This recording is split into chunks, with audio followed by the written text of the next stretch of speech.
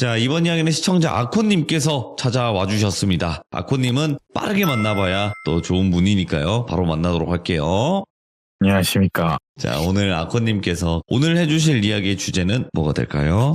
오늘은 제보 사연을 하나 준비했습니다. 알겠습니다. 그러면 바로 출발을 해보도록 하겠습니다. 렛츠고! 기리십니다. 아코죠!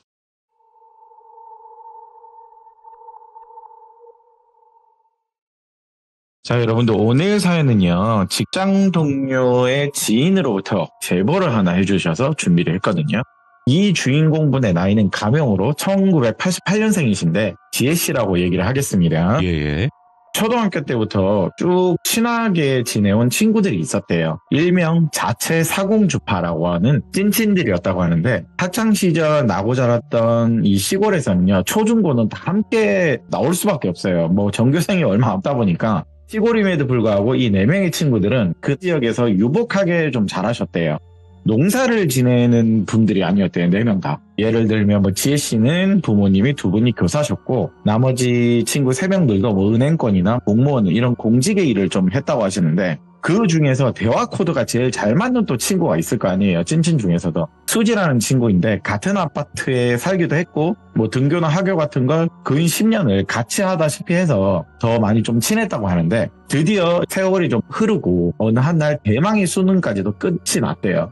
옆에 있는 친구 수지가 말하길 야 학창시절 뭐 20년 가까이로 우리 같이 지내지 않았냐. 대학으로 인해서 다 따로 갈 길을 가는데 조금 서운한 마음이 든다. 이 마음을 참 뭐라고 표현하냐. 이렇게 학창시절 다 같이 지냈는데 대학은 다 따로 가다니. 나머지 3명의 친구들한테 그런 넋두리로 하소연을 했는데 야 우리 우정 변치 말고 먼 훗날에도 또 몇십 년이 지나도 우리 꼭 친구 유지하는 거다. 그러면서 당시 순은으로 된 우정링을 크고 투박하게 만들어서 선물을 줬대요. 수지씨가 나머지 3명 친구들한테 우정링을 선물했다는데 근데 반지가 이 여성분들이잖아요. 어찌나 크던지 크고 투박하다고 얘기를 할게요. 좀 여성분들이 끼고 다니기에는 좀 남자 조폭들 큰 금반지 같은 거 있죠. 이상한 거 달린 거 있잖아요. 루비 같은 거. 근데 이 우정링은 그 정도보다 더 크고 엄청 투박한 은반지였대요. 이니셜은 박혀 있는데 그러니까 쉽게 말해서 여성들이 끼기에는 좀 뭐한 거죠. 그래도 친구가 준 뜻밖의 선물이니까 나머지 친구들도 너무 고맙다고 그래 우정 변치 말자고 그렇게 세월이 또 흘렀대요. 이게 일단 첫 번째 두서거든요. 그렇게 또 세월이 많이 흐르고 대학교와 직장은 각기 다른 지역에 근 또 10년 가까이 세월이 흘렸대요. 그 사이에 가끔 얼굴도 보고 모임 같은 거 했을 거고 여행도 1년에 뭐 한두 번은 만나서 다녔다고는 하는데 그러다 20 후반 30이 바라볼 나이 결혼 정년기에 접어들 중에 여기서 조금 안타까운 소식이 하나 들렸대요. 사공주파라고 했잖아요. 4명의 친구. 그중 친구의 한 명이 불의의 사고로 인해서 안타깝게 하늘에 별이 되는 부고가 들려왔대요.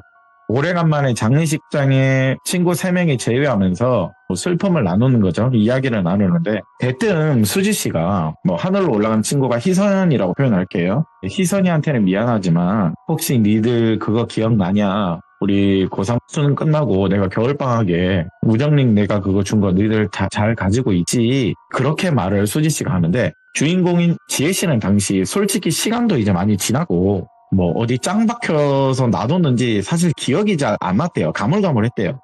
그래도 선물을 받은 거니까 정의로운 거짓말이라고 해야 되죠. 기분 안 나쁘게 어떤 반지인데 잘 갖고 있지. 그러고 보니까 그날 선물 받은 이후로도 이 긴 세월 우리가 여러 번 만났는데 한 번을 끼고 나오지 못했네. 친구야 미안하다. 네가 선물을 해준 건데 만날 때를 끼고 나올 거. 이렇게 좀 거짓말을 해서 기분을 좀 풀어줬는데 옆에 있던 다른 친구 또 지연이라는 친구가 한 명이 또 있었거든요. 그 친구가 또 입 열게 그 은반지 나도 기억난다. 난 여전히 가지고 다니는데 그러면서 가방 한쪽에요. 액세서리처럼 달고 있더라고요. 그 큰 반지를요. 아유 그럼 네가 소중하게 우리 우정링 하자고 준 건데 내가 이걸 빼먹을 리가 있냐. 그러면서 가방에 달린 그 은반지 끼진 않고 그냥 장신구로 달고 다녔다고 해야 되겠죠. 이걸 보여줬는데 수지씨가 그걸 보고 역시 지영이 너는 대단하다. 어릴 때도 선물 받으면 소중하게 간직하고 그렇게 쓰더니 이제 30 다 돼서는 와 그럼에도 불구하고 내 물건을 이렇게 소중하게 달아주다니 참 친구지만 존경스럽다. 엄청나게 계속 칭찬을 하는데 옆에 듣고 있던 지혜씨는 무안할 정도로 좀 들렸대요. 왜 저렇게 칭찬을 과하게 하냐. 그렇게 지혜씨를 바라보면서 수지씨가 말하게, 지혜야, 여기 먼저 간 상 중에 할 말은 사실 아닌데 나는 근데 너한테 조금 서운하다. 나 너랑 같은 아파트에 살기도 했었고 본가에 부모님 만나러 내려가면 긴 세월이 지나면서도 오다 가다 너랑 자주 마주쳤는데 너 반지 끼는 거 한 번도 본 적은 없다. 내가 반지 이야기 너한테 좀 서운할까봐 한 적도 없었는데, 그래, 과거의 추억의 선물일 수도 있고 긴 세월이 지나서 잊어먹고 까먹을 수도 있는데 내가 요즘 나이가 들어서 그런가 조금 이런 부분이 서운하다. 옆에 있는 지영이한테 그렇게 칭찬하더니 자기한테는 이렇게 서운하다고 막 얘기를 하는 거예요. 당시 여기는 뭐 장례식이자 장례 도중이잖아요. 그렇게 훅 들어오던 얘기를 하니까 또 너무 서운하다고 말하니까 지혜씨 입장에서는 무조건 사과할 수밖에 없었대요. 아, 미안하다고, 정말 미안하다고, 네가 그렇게 서운한 줄은 몰랐다고, 따지고 보면 나도 긴 세월 동안 너한테도 선물을 많이 했는데 지들도 잃어버렸다니 버렸다니 그런 소리 많이 들었는데 얘가 나한테까지 이렇게 서운하다 하는 게 나름 좀 서운했대요, 사실 지혜씨는요. 지나고 보니까 왜 내가 그때 사과를 계속했는지 모르겠으나 그날 분위기는 따지기보다는 사과를 하면서 좋게 끝냈다고, 지영이가 잘했다고 일단 다독여주더래요. 예. 그러면서 언짢은 분위기로 일단 집에 들어왔는데 그래도 장례식장에 자기가 훈계를 들은 게 너무 생각이 나서 10년이 지난 그 우정 반지를 찾아보려고 방 곳곳을 뒤졌대요. 막 반지가 어딨나 막 찾고 있는데 이게 뭐라고 오늘 그런 소리를 들었을까. 아이고, 그 반지를 드디어 찾았거든요. 그런데 반지를 거의 10년 만에 보면서 문득 생각이 하나 나더래요.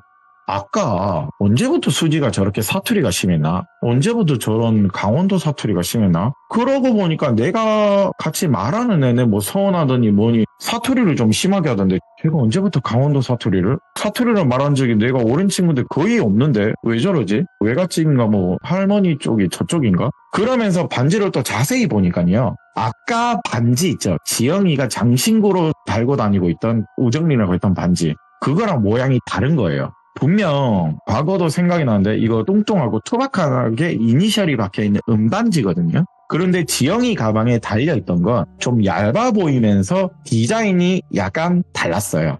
얘가 따로 반지를 튜닝을 한 건가? 이런 생각을 하면서 그날 대수롭지 않게 넘겼대요. 그렇게 이틀 뒤 마지막 가는 길 보내줘야죠. 발인날이 다가왔거든요. 마지막으로서 친구를 떠나보내는 화장터에서 이 세 명이 다시 만나서 눈물을 흘리면서 친구를 배웅하는데 가방 안쪽에 달린 지영씨 반지를 보니까 일단 화장 중이었어요. 기다리고 있거든요. 가방 안쪽에 달린 지영씨 반지를 보더니 역시나 달랐대요. 그래서 지혜씨가 지영아 너 근데 이 반지 우리 고등학교 때 우정링으로 받은 반지 맞냐고 수지씨가 없는 틈에 그걸 얘기를 했는데 응 맞는데 왜? 야 내가 이틀 전에 수지한테 무안할 정도로 서운하단 말 들었잖아. 그래서 내가 여기 가방에 이거 봐봐 내가 가져왔거든? 수지 보라고 끼고 있으려고 서운하다 하는데 그래도 오늘에서 그냥 껴야 될 것 같아서 내가 들은 게 있으니까 이렇게 가져왔는데 너 지금 있는 거랑 달라 모양이. 그리고 좀 이상하지 않아? 수지가 언제부터 저렇게 강원도 사투리를 좀 심하게 했냐고. 아니 그건 좀 나도 이상하다. 왜 말 중간중간에 왜 이렇게 사투리를 심하게 하는지. 무슨 강원도 남자친구를 만나나? 아닌데 쟤 남자 만났다는 소리 한 번도 들은 적이 없는데? 그러면서 반지를 막 끼면서 야 이거 봐 다르잖아. 야 아무리 발라도 이거 다른데 너 이거 튜닝했냐고 물어봤대요 대놓고. 그러니까 지영씨가 표정이 살짝 변하더니 야 조용히 해. 야 사실은 내가 5년 전에 그 땡땡이 남자 기억나지? 넌 알 거야. 내가 오래 만났잖아. 이거 쪼개서 커플링 만들었거든. 당시에 남자친구한테 너무 선물 받은 것도 많아서 금으로 하자니 돈은 없었대요 그때 당시. 근데 수지가 준 반지가 이 은반지가 크고 뚱뚱해서 이거 쪼개서요 백금이랑 개뻥치고 튜닝을 했대요. 남자들은 단순해서 그 믿는 경향이 있거든요. 보고 백금이랑 뻥치고 그거를 너무 투박하고 크니까 쪼개서 커플링을 만들었대요. 돈이 없어서. 튜닝 값이 나도 이렇게 많이 들 줄 몰랐는데 아무튼 돈이 더 들어가긴 했다. 헤어지고 나니까 딱히 손에 낄 필요는 없어서 그냥 가방에 달고 다닌대요. 튜닝해서. 수지가 알면 기분 나쁠 것 같으니까 비밀로 해주라고. 그렇게 말하니까 알았다고. 그날은 좀 뭔가 웃기긴 했대요. 다만 자기는 괜히 이틀 전에 욕을 먹은 거잖아요. 아직도 나는 그렇게 지금 무안할 정도로 잔소리를 들었나 하소연하는데 아유, 야, 나도 안 그래도 민망해 죽는 줄 알았다. 뭘 그렇게 과하게 나를 대단하다, 존경스럽니 친구한테 그런 말을 칭찬하는데 좀 민망했다. 그리고 세월이 많이 지난 건데 그걸 뭐라 그러는 것도 좀 그렇긴 하지. 야, 따지고 보면 우리도 생일 동안 선물을 준 게 많은데 그 세월이 지나면 뭐 녹슬고 뭐 필요 없으면 버릴 수는 있는 거잖아. 근데 그거 하나 가지고 그날 뭐 한지고 수지가 좀 선을 넘은 것 같다. 그러니까 지혜야, 너무 기분 나빠하지 마라. 그리고 내가 그날 너 뭐라 막 네 편 못 들어줘서 미안하다. 그렇게 그 수지 씨가 없는 틈에서 주거니 받거니 지영 씨랑 지혜 씨가 서로 위하면서 이야기를 하고 있었대요. 이제 곧 화장 시간이 끝이 날 시간이 다가오는데 저 건너 쪽에서요. 갑자기 수지 씨가 급하게 뛰어오면서요. 지혜 씨를 바라보면서 야, 말도 안 돼. 이게 뭐야? 말도 안 돼. 너 이거 말이 돼? 야, 말이 돼? 이런 놀란 표정을 지으면서 지혜 씨를 노려보면서 얘기하는데 대뜸 뛰어와서 수몰떡거리면서 무슨 말이냐고. 그리고 너 왜 이렇게 땀을 흘려? 왜 이렇게 뛰어와? 걱정을 해주는데 야, 됐고 나 지금 미안한데 먼저 간다. 미안하다. 친구 마지막 길 봐야 되는데 못 보고 갈 것 같다. 지금 급하게 다른 일이 좀 생겼다. 그러면서 갑자기 가버리대요. 그 화장터를 떠나버리대요. 그렇게 남은 친구 지영 씨랑 지혜 씨는 마지막 친구의 길을 배웅하면서 돌아오는 길에 기분도 좀 그런데 뭐 파전에 막걸리 한잔 할래? 지영아 이러면서 둘만 자리를 잡고 술집에 앉아서 먼저 간 친구의 그리움을 가슴에 묻으면서 눈물 흘리면서 술 먹고 과거 이야기하면서 웃고 울고 시간을 때우고 있었대요. 그러다가 전화 한 통이 걸려왔는데 전화 주인공은 수지였어요. 여보세요? 이러면서 수지야 오늘 급하게 너 먼저 뛰어갔는데 일 잘 해결됐냐? 안부를 물어주니까 대답이 없어요. 야, 전화했어 말을 해야지. 너 오늘 급하게 한 거 괜찮냐고 또 모르니까 갑자기 여기서는요.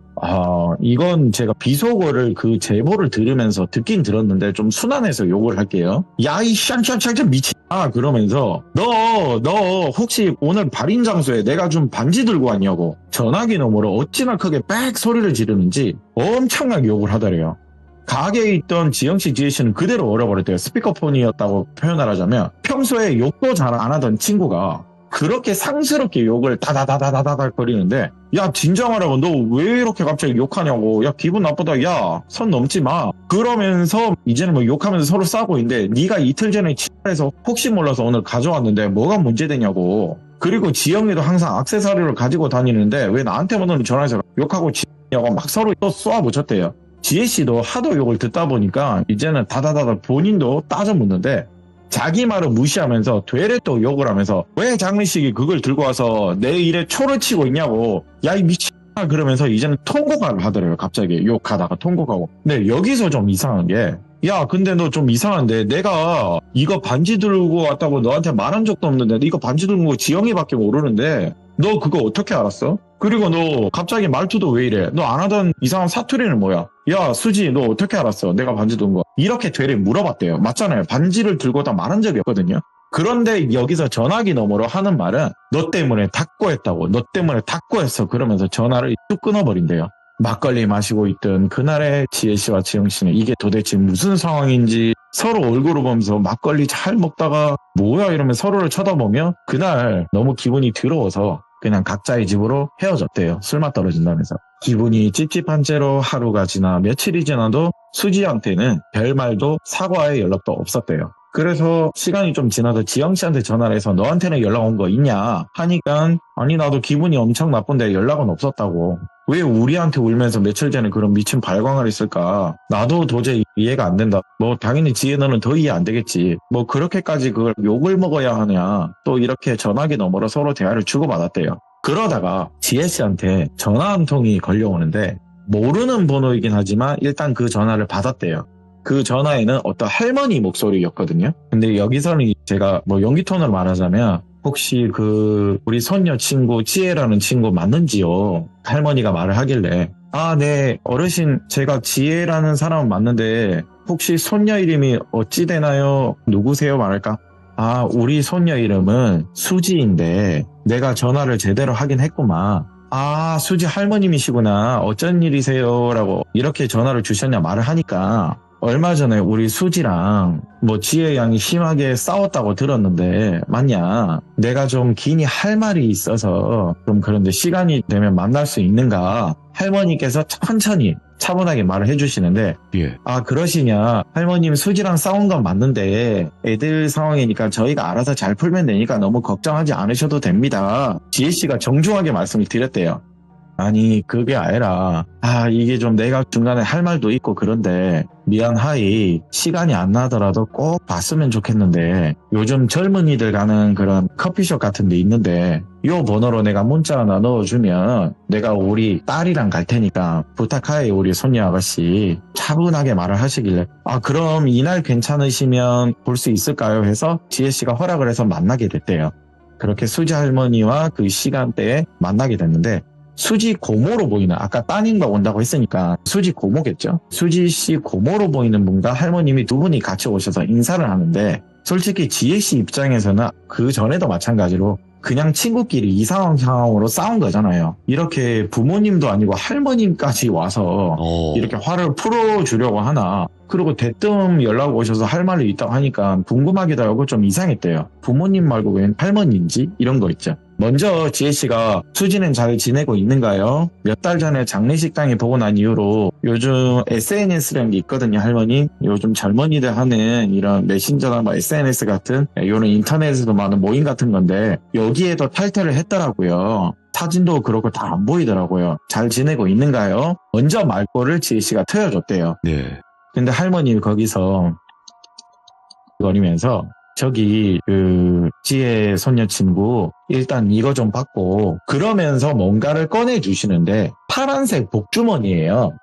엄청나게 많은 금반지, 금열쇠, 금두꺼비, 금장신구 같은 게 엄청나게 많이 들어있대요. 꽉 채울 정도로. 손으로 들어봤는데 무거웠대요. 지혜씨 입장에서. 뭐가 묵직하게 금들이 가득 들어있는데 헐 이게 뭔가요? 파란색 복주머니 이게 뭔가 할머니 금이 왜 이렇게 많아요? 이걸 왜 저한테 주세요? 얘기를 하니까 내가 이거 우리 요 아가씨한테 줄 테니까 꼭 내 얘기를 들어줬으면 한다. 그러니까 한번 들어봐 줄 수 있냐? 아니요 할머니 이거 안 주셔도 된다고. 아니 뭔지 몰라도 일단 만났으니까 이야기는 듣는데 할머니 저 이거 부담스럽다고 이거 안 주셔도 된다고. 이거 그 손녀 수지 갖다 줘야지 왜 절 주냐. 지혜씨가 거절을 했대요. 상당했대요. 지금으로 치면 어마무시하죠. 금값이 지금 비싼데 옆에 있던 수지 고모로 보이는 분이 저기 미안한데 그냥 내가 얘기하려는데 엄마가 말이 너무 느려서 그런데 저기 미안한데 수지가 오래된 친구가 3명 있다고 들었다. 얼마 전에 친구 하나 세상을 떠났다고 하는데 그럼 수지한테 남은 친한 친구는 2명이지 않느냐. 여기 앞에 지혜씨 그리고 또 지영씨랬나? 맞나? 예 맞아요. 저희가 사공주였다고. 우리 수지가 말을 안 해서 그런데 지금부터 듣는 건 지혜씨가 믿고 안 믿고는 본인이 판단을 해야 한다. 자 여기서부터 본론입니다. 고모님이 빠르게 얘기해 주시는데 혹시 우리 수지 남자 사귄 거 본 적 있냐 그 말을 하니까 안 그래도요 지혜씨도 그렇고 하늘의 별이 된 희영씨도 그렇고 지금 얼마 전 만난 지영씨도 그렇고 친구들이 다 의아해한 게 있었어요. 수지씨 외모가요 저는 사진 봤습니다. 그날 사진을 다 봤는데 4분 다 외모가 뛰어난데 수지씨 외모가 엄청 예쁘더라고요. 그리고 공부도 제일 잘했대요. 4명 중에. 모든 게 뛰어나고 이제 30 가까이 됐거든요. 이분들이 그 당시로 치면. 안 그래도 30 넘도록 수지야 너는 30 다 돼가는 너는 왜 남자를 하나도 안 만나냐. 그렇게 눈이 높은 거냐. 야 이 기집애야 우리한테는 말 못할 게 뭐 있어. 왜 남자도 안 만나고 우리 다 연애할 때 너는 왜 이렇게 혼자 있냐. 이렇게 친구들도 수지한테 얘기를 많이 했대요. 근데 거기서 항상 수지의 대답은요. 지금은 혼자가 좋은데 일하면서 나 할 거 하고 즐기는 게 더 좋지. 지금은 30 다 돼가도 난 별 생각 없다고. 항상 그게 답이었대요. 그걸 이야기를 하니까 하긴 요즘에는 솔로로 골드미스 되는 경우도 있는데 그렇겠지. 네. 그런데 그 말에 고모님께서 말하길 사실 그거 이유 있다고. 아마 친구들은 분명 몰랐을 거라고. 이 수지가 귀것을 본다. 그것이 유치원 시절에 상당히 까불거리고 활동적인 애였는데 어느 날 이상한 굿판 가서 음식 집어먹고 거기서 한참을 놀다 와서 부터 온 것 같다. 추정으로는. 그 당시는 대수롭지 않게 넘긴 일이 그날 나는 그 일이 난 게 분명하다고 생각한다. 그날 요사스러운 걸 달고 와서는 수지가 초경이 시작했을 때 수지 눈에도 드디어 그 존재가 보이기 시작했대요. 자 일단 굿판에 이 수지씨가 음식 집어먹고 놀던 이유는 그냥 그 어린 마음에 다들 그럴 거예요. 그 당시는. 뭔가 신기한 장면들에 애들은 끌려가는 거 있잖아요. 근데 맛있는 것도 많아요. 제사를 지내다 보니까. 거기서 수지씨가 분명 놀고 있는 것도 사람들이 증언으로 보긴 봤대요. 그런데 초경이 시작했을 때 시간이 지나고 대수롭지 않게 넘기다 보인다고 하지만은 그냥 꾸미겠거니 헛것을 보겠거니 당연히 이렇게 넘기거든요. 네. 근데 점점 자라면서 수지가 고등학생이 될 때쯤에 드디어 형체로 나타나기 시작했대요. 그 형체로 나타난 그 귀것이요. 수지 머리카락을 만지작거리면서 수지 뒤에 항상 같이 잠을 잤대요. 당연히 수지 부모님 눈에는 안 보였고 내 눈에도 안 보였는데 수지가 왜 그렇게 더위를 먹었나 아니면 음식을 잘못 먹었나 그때까지만 해도 얘가 본다고 해서 대수롭지 않게 넘겼는데 우리 엄마는 그 존재를 봤대요. 옆에 있는 할머니 얘기하는 거예요. 그냥 모든 가족들은 너 헛거 본 거다. 기가 약하다. 이런 거예요. 그냥. 근데 수지한테 할머니죠. 옆에 계신 할머니가 수지가 자꾸 그런 소리를 하니까 근데 그 할머니마저도 그 존재를 봤대요. 우리 엄마가 살던 동네가 예전부터 그 점집이 많은 동네 아세요, 돌빈이? 지리도 알죠. 있긴 있거든요. 지리산 쪽에도 많고 제가 살던 그 대구 그쪽에도 많거든요. 이 당시는 뭐 더 많았다고 하는데 우리 옆에 계신 엄마가 살던 동네가 옛날에 점집 같은 무당집, 신당 이런 게 많았던 엄청나게 뒤에 산을 끼고 있는 그런 당집 점집이 많았대요. 예. 지금은 세월이 흘러서 조금 줄었지만 당시에는 많이 있었어요, 아가씨. 태어날 때부터 수십 년을 우리 엄마는 거기서 살았고 먹고 살려고 점집 같은 데서 일을 수년간 나가서 우리 엄마가 잡일도 한 적이 있대요.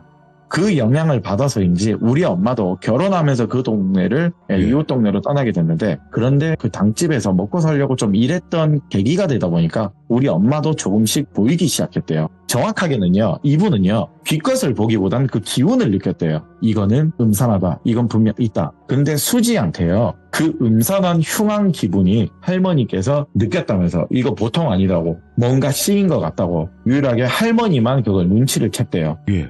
그래서 수지를 데리고 과거 엄마가 살던 동네 아직 운영하는 점집인지 당집인가 가서 수지를 보게 했대요. 일일이 다 들어가서 보게 했대요. 그런데 어느 한 당집에서요. 수지 씨를 보더니 아이고야 벌써 얘가 이렇게 컸어요. 아이고 이제 여자가 다 됐네. 아이고 예쁘게 컸네. 어이구 애도 가질 나이가 다 됐어. 아이고 그러니 이제 나타나고 보이는가 보다. 어떤 무당이 이런 말을 하는데 할머님은 거기서 너무 놀랬대요. 뭐야 이거? 우리 손녀가 올 줄 알았어? 아니 이렇게 컸다니 이게 무슨 소리냐고. 저기 할매요. 과거 우리 이모 할매가 여러 무당 식구들하고 여기 총각 귀신놈 모질게 붙은 처자가 있어가지고 부판을 크게 벌리고 있었는데 아무리 구슬해도 달래고 온짓거리를 해도 그 총각 귀신 잡것이 안 떼어내더라. 떼어내고 달래고 내다 포기할 찰나 어린 꼬마애가 뭐 약과하고 알밤 뭐 전 여기 와서 죄를 지는 와중에도 그렇게 맛있게 먹고 있는 꼬마애가 하나 있었어요. 근데 그 총각기가 갑자기 달래도 우리가 굿을 그렇게 해도 눈에 안 돌아가던 애가 그 꼬맹이 음식 먹는 거 보곤 바로 반응을 하더라. 그래서 이때다 싶어 글로 보내버렸대요. 정말 미안하고 왜냐 그때 당시 우리 이모 할머니가 참 이런 말하기 뭐한데 돈이 뭔지 그 유혹에 하지 말아야 될 짓을 우리 이모 할머니가 해버렸다고. 돈이 진짜 귀신이고 그때는 돈이 최고다 싶어서 정말 미안하고 그래서 그거를 절로 확 보내버렸는데 아휴 언젠간 여기 올 줄 알았는데 진짜로 나타났네. 돌아가신 우리 이모 할매 대신 사과합니다. 정말 미안합니다. 이렇게 이쁘게 클 줄 알았다. 아유 그 망할 총각기가 미인을 어찌해 알아봤는지 그 어린 꼬마를 보고 질질 흘리면서 자리를 알아보고 절로 갔는데 우리가 미쳤지 저를 보내버려서 진짜 미안하오. 아유 근데 진짜 이렇게 진짜였네. 미안하고 계속 사죄를 하는 거예요. 이런 식으로. 그러면서 그분이요. 어디선가 무슨 나무 상자를 들고 오더니 돈과 금괴 같은 걸 있죠. 돌멩이에. 그걸 가지고 와서 할머니하고 수지 씨한테 내미는 거예요. 정말 미안하고 이걸로 빚을 좀 갚으면 안 되겠냐고. 방법이 없어. 우리가 이거 혹시 몰라 나타날 것 같아서 이 돈하고 이 금괴로 내가 좀 갚겠어. 시인 거에 대해서는 방법이 없어. 같이 붙어서 살던 그나마 고통을 줄이려면 이 귀껏한테 기대를 심어줘서 나를 좀 더 덜 괴롭혀 주십사 하는 방법뿐이 없대요. 근데 제가 비슷한 얘기를 한 적이 있잖아요, 상이랑요. 네네. 청각귀신 떼기 정말 힘들대요. 이 이유는요, 안 들린대요. 오. 뭐 무당이 죄를 하고 뭘 그래도 얘네들은 안 듣는데 이거를 반응을 해야 얘를 퇴치를 하는데 그냥 여자만 보기 때문에 이 뭘 하는 걸 안 듣는데요. 이게 너무 큰 문제래요. 반응을 해야지 뭘 죽여버리든 뭐 할 거 아니에요. 근데 그걸 안 듣기 위해서 떼기가 너무 힘들대요. 그런데 이 무당도 말을 하기에 고통을 줄이려면 이 기껏한테 기대를 심어서 날 좀 덜 괴롭혀줄사 혹은 다시 누군가한테 보내는 방법밖에 없대요. 그 모습이 보이면 여기 은반지 큼지막하게 있으니까 이 반지를 수지 처자 채취를 묻혀서 이 은반지를 받은 겁니다. 은반지를 여러 개 막 주는데 크게 예. 투박한 거 지금 우정링으로 끼고 있는 이 반지를 수지 처자 채취를 묻히고 나서 만약에 이 삼태 귀신, 이 총각 귀신 귀것이 관심이 보이는 처자들이 보이면 이 반지 나눠주기만 하면 된대요. 이 반지를 나눠주면 받은 이들한테 이런 이유는 절대 말하면 안 된대요. 그럼 들을 거 아니에요, 이게. 너네들만 알고 만약 이 총각기가 다른 여자들한테 반응이 오면 이걸 반드시 선물을 해라. 이런 투박한 반지 여성들이 장기간 끼고 있을 이유 없다. 요즘 젊은 친구들은 이쁜 거 좋아하지 이런 무지막지하게 투박한 은반지 끼겠냐고. 보통은 이런 거는 집 방 한구석에 처박아 두는 거지 혹은 필요 없으니까 버리는 경우도 많대요. 그러면 이 귀신이요 그나마 실망해서 조금씩 떠나갈 수도 있대요. 고통을 좀 덜어주는 거예요. 수지씨 입장에서는요 예를 들어서 삼태가 출근되는 게 10번 그리는 거 한 2-3번밖에 안 그린다는 거예요. 왜냐? 반응을 저쪽으로 넘겨주는 거. 그러면 이 반지 여자들이 분명 안 낄 거니까 그냥 이거 선물만 해주면 된다. 이렇게 비방을 나름 줬대요. 그럼 조금씩은 관심을 다른 쪽으로 시선을 돌릴 거라고. 명심하라고. 다들 명심하라고. 여기에 기 눌려서 지금 얘기하는 건 당집에 저 총각기가 못 들어오는 거지. 여기서 지금 나가면 들어버린다고. 총각기가 이걸 들어버리면 나 쫓아내려고 하는데 이걸 하겠냐고. 그러니까 절대 나가면 그 누구한테도 이 얘기를 하면 안 된다고. 그렇게 그날을 기다리면서 수지는 그 더러운 귀것의 괴롭힘을 또 수년간 참아냈대요. 그렇게 삶을 이어나가고 있는데 예. 드디어 귀신이요. 수지가 마음을 안 열어줬나 봐요. 밤마다 침 질질 흘리면서 머리 만지고 품고 이랬는데도 끝까지 수지 씨는 마음을 안 열어줬대요. 그 말에 의하면. 그러다가 수지 친구들이 뭐 집에 놀러 왔는지 있는지 이 귀것이요. 점점 다른 여자한테 눈이 가는 게 보였대요. 근데 그게 앞에 말씀드린 지혜씨, 지영씨 그리고 하늘로 간 희영씨 이 친구들한테 눈을 돌리기 시작했대요. 그래서 그 당시 무당이 말한 그 무당이 준 크고 투박한 은반지를 우정링으로 빙자해서 선물을 해준 거래요. 당연히 이건 친구들이 받고 끼기가 좀 투박하다고 했잖아요. 돌빈이 크고. 이걸 못 껴요. 쑥 빠지는 경우도 있고. 안 낄 거 알아서 수지도 그 당시는 기나긴 고통의 시간이 조금 줄어들겠다 싶었대요. 그러면서 그 당시 그 할머니 고향 무당이 몇 가지 경고를 한 게 또 있었거든요.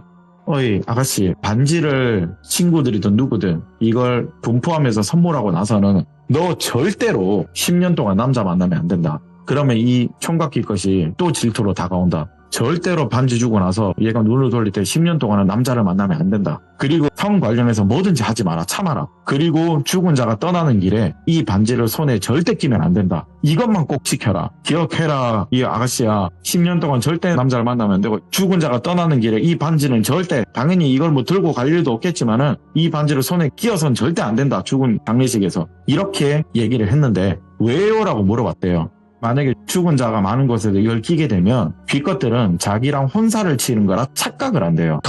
예. 큰일 난대요. 네 채취도 묻어있고 이걸 끼워버리면 야가 착각할 거 아니가. 그러면은 너를 떠나는 경우도 있지만 다른 곳에 가서 또 그 고통이 배가 되는 거 아니가. 절대 끼면 안 된대요. 이런 것 낄 상황이 당연히 안 나올 거래요. 다시 말하지만 크고 투박한 은반지예요. 끼면 남자들도 헐렁헐렁해서 빠져요. 당연히 들고 다니는 용도도 힘들죠. 방구석에 처박혀 두는 거예요, 그냥.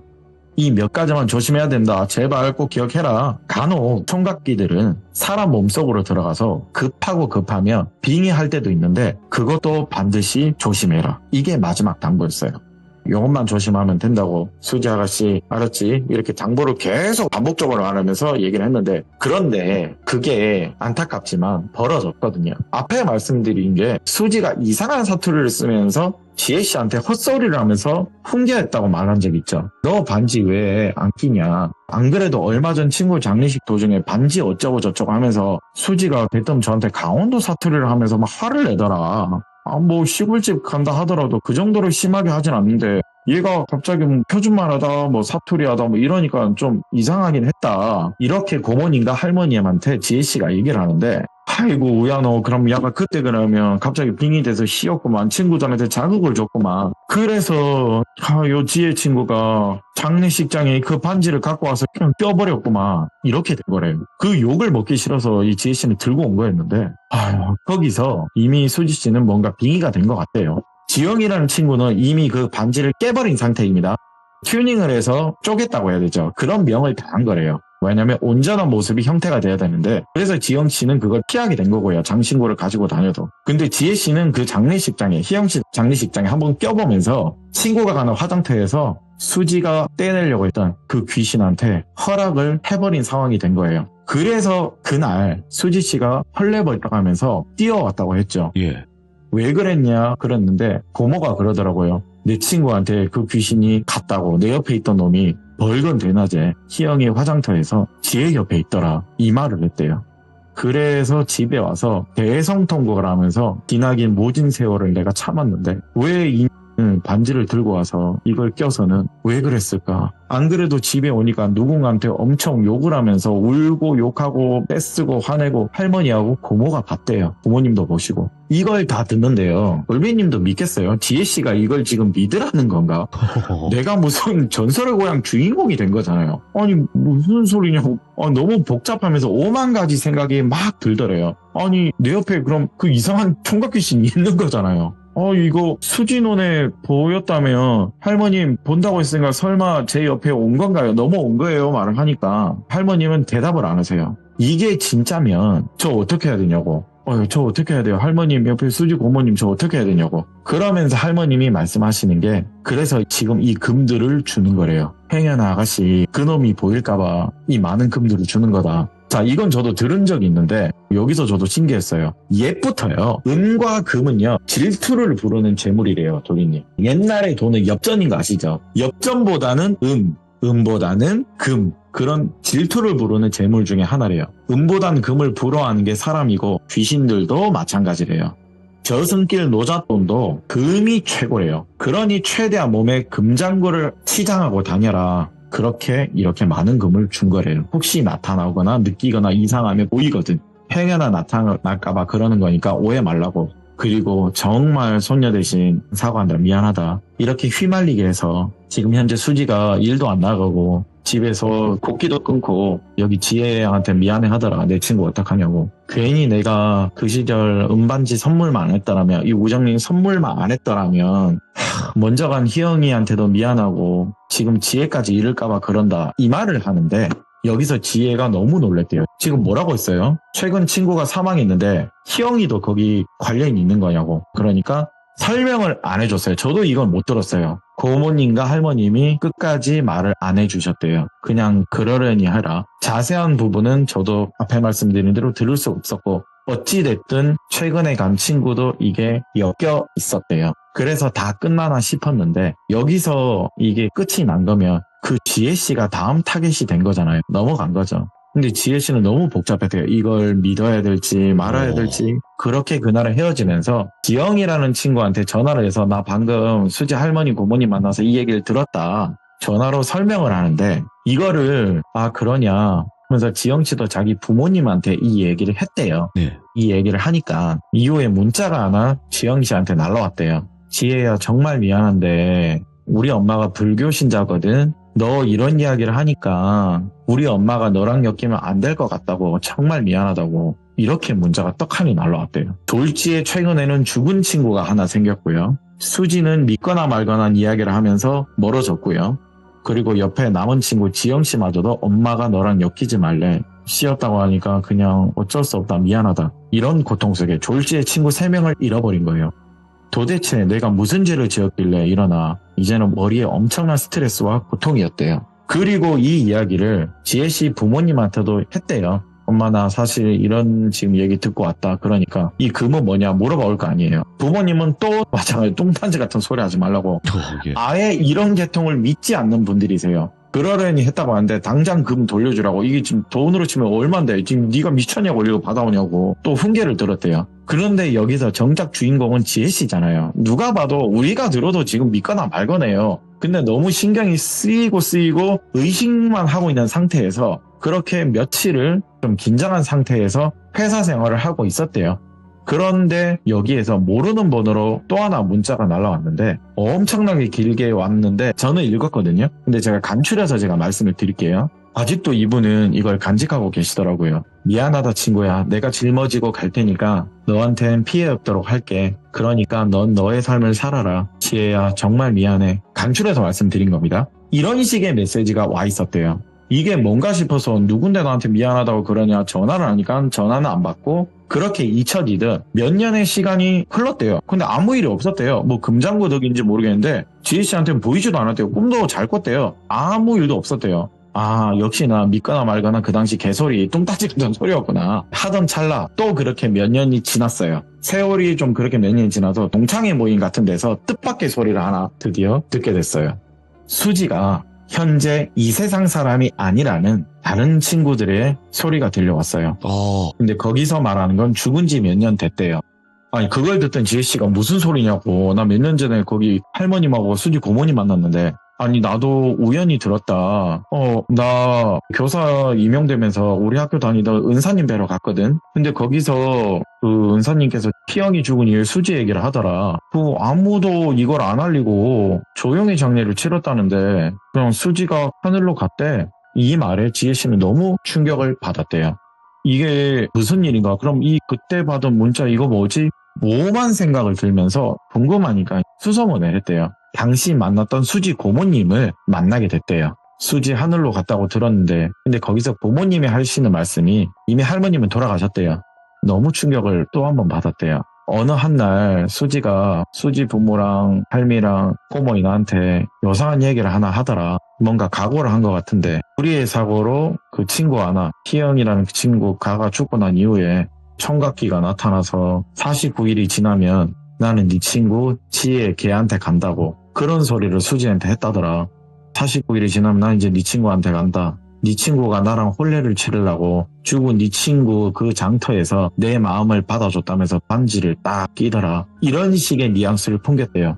나는 글로 간다고 그렇게 수지한테 그 총각기가 얘기를 했대요. 그렇게 총각기가 수지씨한테 추근대며 찝쩍거릴 때는요. 수십 년 긴 세월을 대꾸도 안 했던 수지씨가 드디어 울분을 토하면서 내 친구 지혜 건들지 말라고 제발 그러지 말라고 얼마 전 너 하나 때문에 한 명도 가지 않았냐. 그렇게 고통 속에 친구 하나 갔는데 또 그렇게 되면 또 잘못되면 갈 수도 있지 않느냐. 내가 책임질 거니까 너 절대 가지 말고 그냥 내 곁에 있어라. 마음에도 없는 소리 하면서 엄청나게 그 총각기를 달랬대요. 내 분에 못 이겨. 내 친구한테 나는 그날 욕까지 했다. 그것도 미안하고 죄스러운데 제발 놔둬라. 내가 네 책임질 테니까 놔둬라. 이제 내 친구 2명이나 있는 거 보기 싫다. 제발 놔둬라. 그런데 그 말을 하면서 그 요망한 귀껏한테 자기가 간 것 같대요.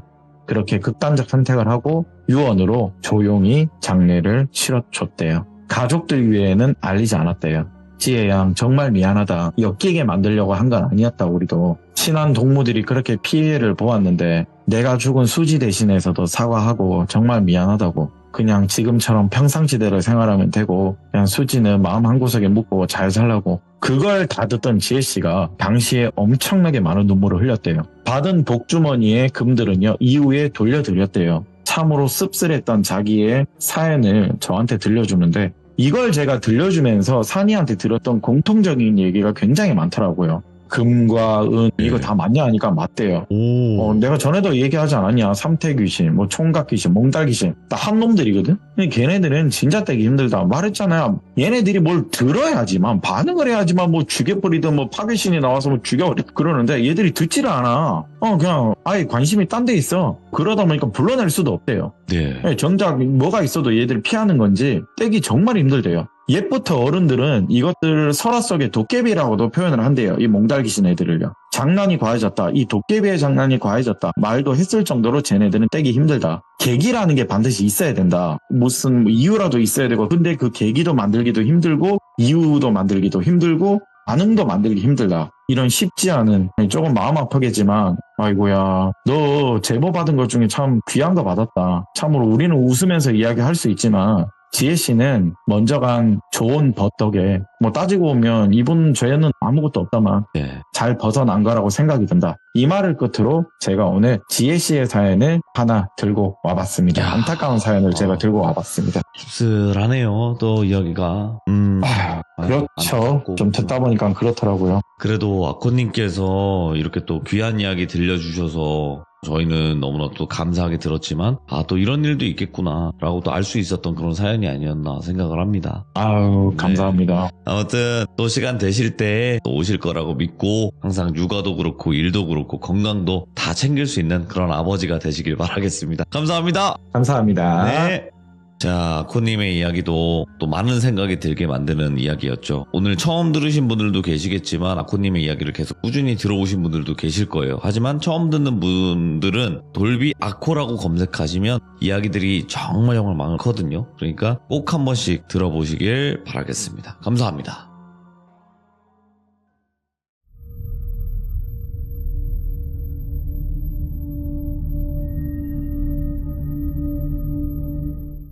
자, 이번 이야기는 행자님께서 또 발걸음을 해주셨습니다. 바로 모셔보도록 할게요.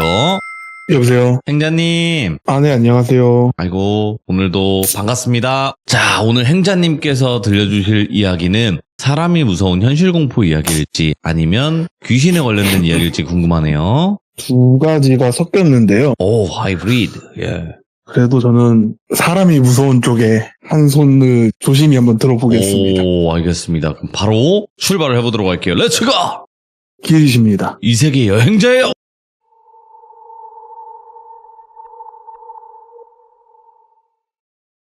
세상에 참 고수들 단기 알바가 많은데 그중에는 범죄로 이어진 경우도 참 많아요, 사실. 근데 제가 이 얘기를 들은 게 있었어요, 사실 저번 주 참하기 전날에. 이 얘기를 해준 사람은 저도 한두 번, 두세 번 봤나? 근데 이 이야기의 주인공은 아니고 저랑 친한 친구랑 아는 사람이라 같이 우연찮게 자리를 하게 됐는데 제가 이제 그냥 무서운 얘기 묻고 다닐 때가 있거든요. 근데 이 사람은 그런 거 없다 하다가 같이 있던 친구가 아니다, 얘 있다 이렇게 얘기가 된 거예요. 그래서 뭔데 했더니 왜냐면 얘가 예전에 대학 다닐 때 나한테 똘순이 얘기를 듣고 똘순이 소개시켜달라고 한 적이 있었다. 그러니까 뭔 일이 있었으니까 똘순이를 찾은 거 아니었겠냐 막 이런 얘기 하다가 그 사람도 기억을 가물가물 해가고 해준 얘기인데요. 그 사람이 대학 동기를 똘비라고 할게요. 이 똘비하고 또 똘비 친구 갑돌이가 있었어요. 또 다른 친구가 있었는데 셋이서 원래 여름방학에 여행을 가기로 했었대요. 근데 이 똘비하고 갑돌이가 이제 열심히 알바를 해서 돈을 모았어야 됐는데 역시 내일 없이 사는 대학생답게 그냥 맨날 술만 마신 거예요. 돈은 안 모으고. 그러니까 여름에 여행을 못 가고 다른 친구한테 욕을 엄청나게 먹었대요. 그래서 겨울에는 무조건 돈을 모으겠다.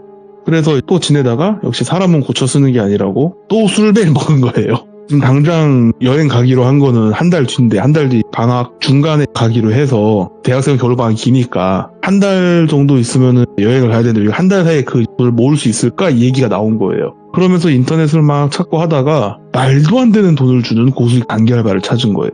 그런 거 위험해. 이게 어느 정도 금액이었냐면요. 그때 당시 최저시급이 한 5, 6천 원 할 때거든요. 근데 한 달만 바짝 일하면 1,000몇백을 준다 했었대요. 그러니까 말도 안 되는 돈을 주는 거죠. 근데 이 둘은 그때 맨 처음에 뭔 생각을 했냐면 그냥 건설 현장 노가다? 그런 걸 쉬지 않고 매일 하는 건가? 뭐 그런 그냥 막연한 꿈을 꾼 거예요. 왜냐면은 이 두 사람은 사회생활을 사실 본격적으로 해본 적이 별로 없어요. 그냥 평범하게 살다가 평범하게 대학 가서 그냥 술 먹고 노는 애예요. 그러니까 이 돈이 얼마나 큰 체감이 안 되는 거예요, 사실. 그래서 야 이거 하면은 우리가 오히려 걔한테 뭐라 하고 해외여행 갈 수도 있겠다 막 이런 얘기 막 왔다 갔다 했대요. 그래서 가자. 갔대요. 갔더니 웬 무당집이더래요. 그래갖고 얘기를 들어보니까 이 무당이 자기가 여기 생활을 하다가 어느 정도 시점 되면 여기 정리를 하고 지방에도 좀 조용하게 약간 좀 한적하게 도사처럼 살고 싶어서 시골 지방 어딘가에 별장을 하나 지어놨는데 이게 지금 별장을 자기가 잘못 샀다 듣고 있었대요. 그 집을 허무는 일인가 이러면서 듣고 있었는데 그 별장을 산 터가 자기가 제대로 직접 못 가봐서 근데 가보니까 거기가 음기가 너무 세더라. 이 친구 이 남자 둘이 왜 이걸 또 의심을 덜 했냐면요. 보통 범죄가 일어나는 고수익 단기 알바가 뭐 여성 우대 이런 경우가 되게 의심을 많이 해요. 네네. 근데 뭐 남성 우대 그냥 당연히 막노동으로 생각했던 거예요. 그래서 예를 들어볼까? 그냥 그 별장에서 한 달 살기를 하면 된대요. 그러니까 남자 둘이 가서 쉽게 말해서 양기가 좀 센 남자 둘이 가서 한 달간 그냥 거기서 머무르면 된다. 대신 그 집 앞에 울타리를 자기가 쳐놨고 벽도 있고 담도 있는데 그 밖으로는 절대 나오면 안 된다. 그 안에 뭐 마당을 돌아다닌 거나 이런 건 상관없는데 그 울타리 밖으로 나오면 절대 안 된다. 그리고 이 친구들은 이제 듣고 있다가 아니 이게 무슨 개꿀 알바인가. 거기 가서 그러면 뭐 자기가 도 닦고 뭐 기도하고 돼야 되냐. 아 그런 거 없고 그냥 각자 노트북 가져가도 인터넷 다 뚫어놨고 수도 잘 나오고 보일러 잘 되고 TV도 있고 하니까 책을 가져가든 노트북을 가져가든 한 달만 거기 있으면 된다. 뭘 해도 상관은 없지만 거기서 밖으로만 나오지 않으면 된다. 술을 먹고 누워도 되고 뭐 다 맘대로 된다. 근데 한 달에 있어야 되니까 먹을 걸 사러 나오긴 나와야 될 거 아니에요.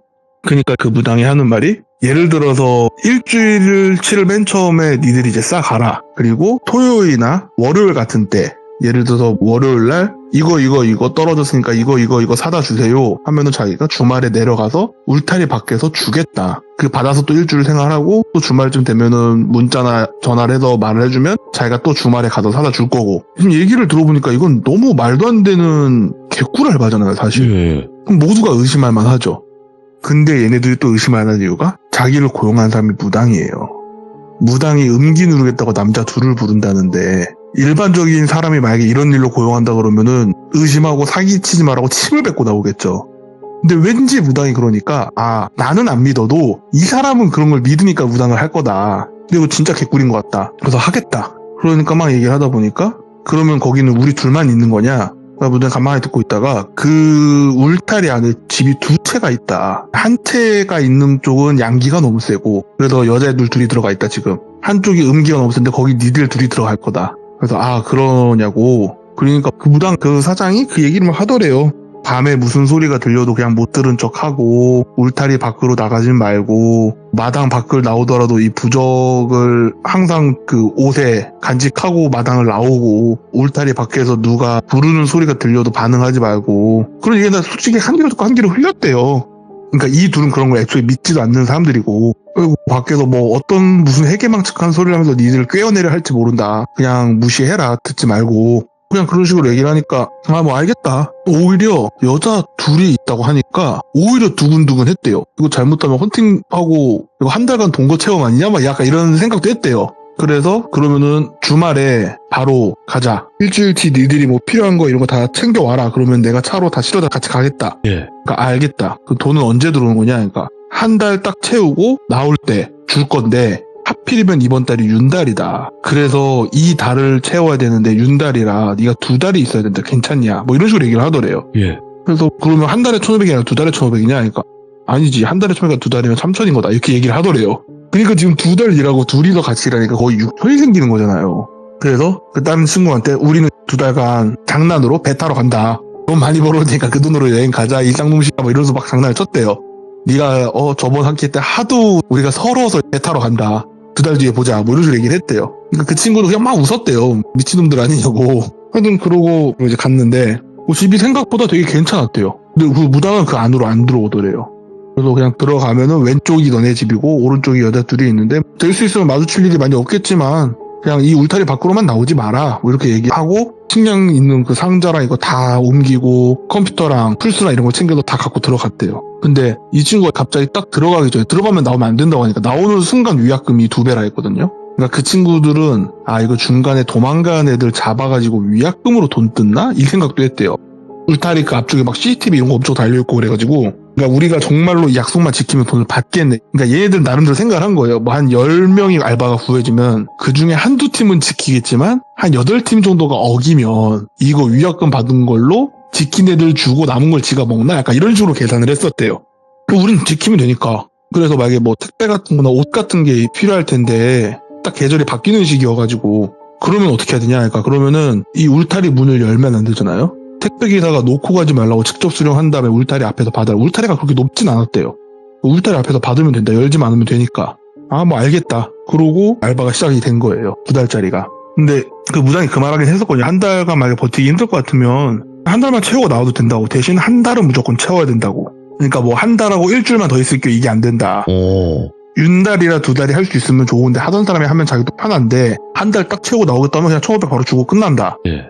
그래서 둘은 이제 그냥 개꿀이다 하고 시작을 한 거죠. 첫날은 그냥 대충 짐 정리하고 자고, 뭐 둘째 날은 늦잠 자고, 술이랑 이것도 많이 사왔기 때문에 그냥 받아보면서 그 정원이 뭐 의자 같은 것도 있고 막 그래갖고 앉아갖고 술 좀 먹다가 들어가서 게임 좀 하다가 뒹굴뒹굴 하다가 뭐 책 좀 보다가 그렇게 막 지내고 있었대요.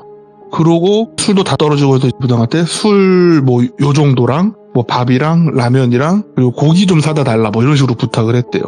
그러니까 무당이 알겠다 하고 그걸 또 바리바리 싸들고 왔는데 이 물건을 받으면서 옆집 여자들이랑 마주쳤대요. 처음으로. 자기 또래인데 이쁘더래요. 그래서 안녕하세요. 그냥 대충 인사하고 그때부터 조금씩 오다 가다 마주치는 거 있잖아요. 같이 그냥 마당에서 산책을 하든 뭐 맥주를 마시고 있든 뭐 그러고 있으면 마주치고 같이 커피 마실 때도 있고 그러고 지내다가 되게 친해졌고 또 주말에 보내야 되니까. 근데 이 남자 둘이 있다 보면 처음엔 요리를 해 먹어도 금방 안 해 먹고 라면만 먹기 시작해요. 고기랑 이런 걸 받은 게 있었으니까 술도 좀 남았고 어차피 우리 술이랑 고기랑 라면이랑 다 받을 거니까 그 고기 오늘 그냥 밖에서 바베큐로 구워 먹자 이 얘기가 나온 거예요. 예. 그래서 그러고 있다가 옆집 여자들도 같이 드시죠 이렇게 되면서 같이 그냥 바베큐 파티하고 놀았대요. 너무 재밌게 놀고 뭐 그러고 있었는데 어떤 할아버지가 쓱 지나가다가 제 울타리 쪽 자기네를 보더니 부르더래요 자기들을. 그러니까 뭐야 하고 오는데 갑자기 친구가 야 데리고 가지 말라 했잖아 이게 된 거예요. 그러니까 뭐 여자들도 그거 뭐 사람 아니라고 하던데요 이러니까 아이 세상에 그런 게 어딨냐고 그래갖고 할아버지 왜요 이렇게 말을 했대요.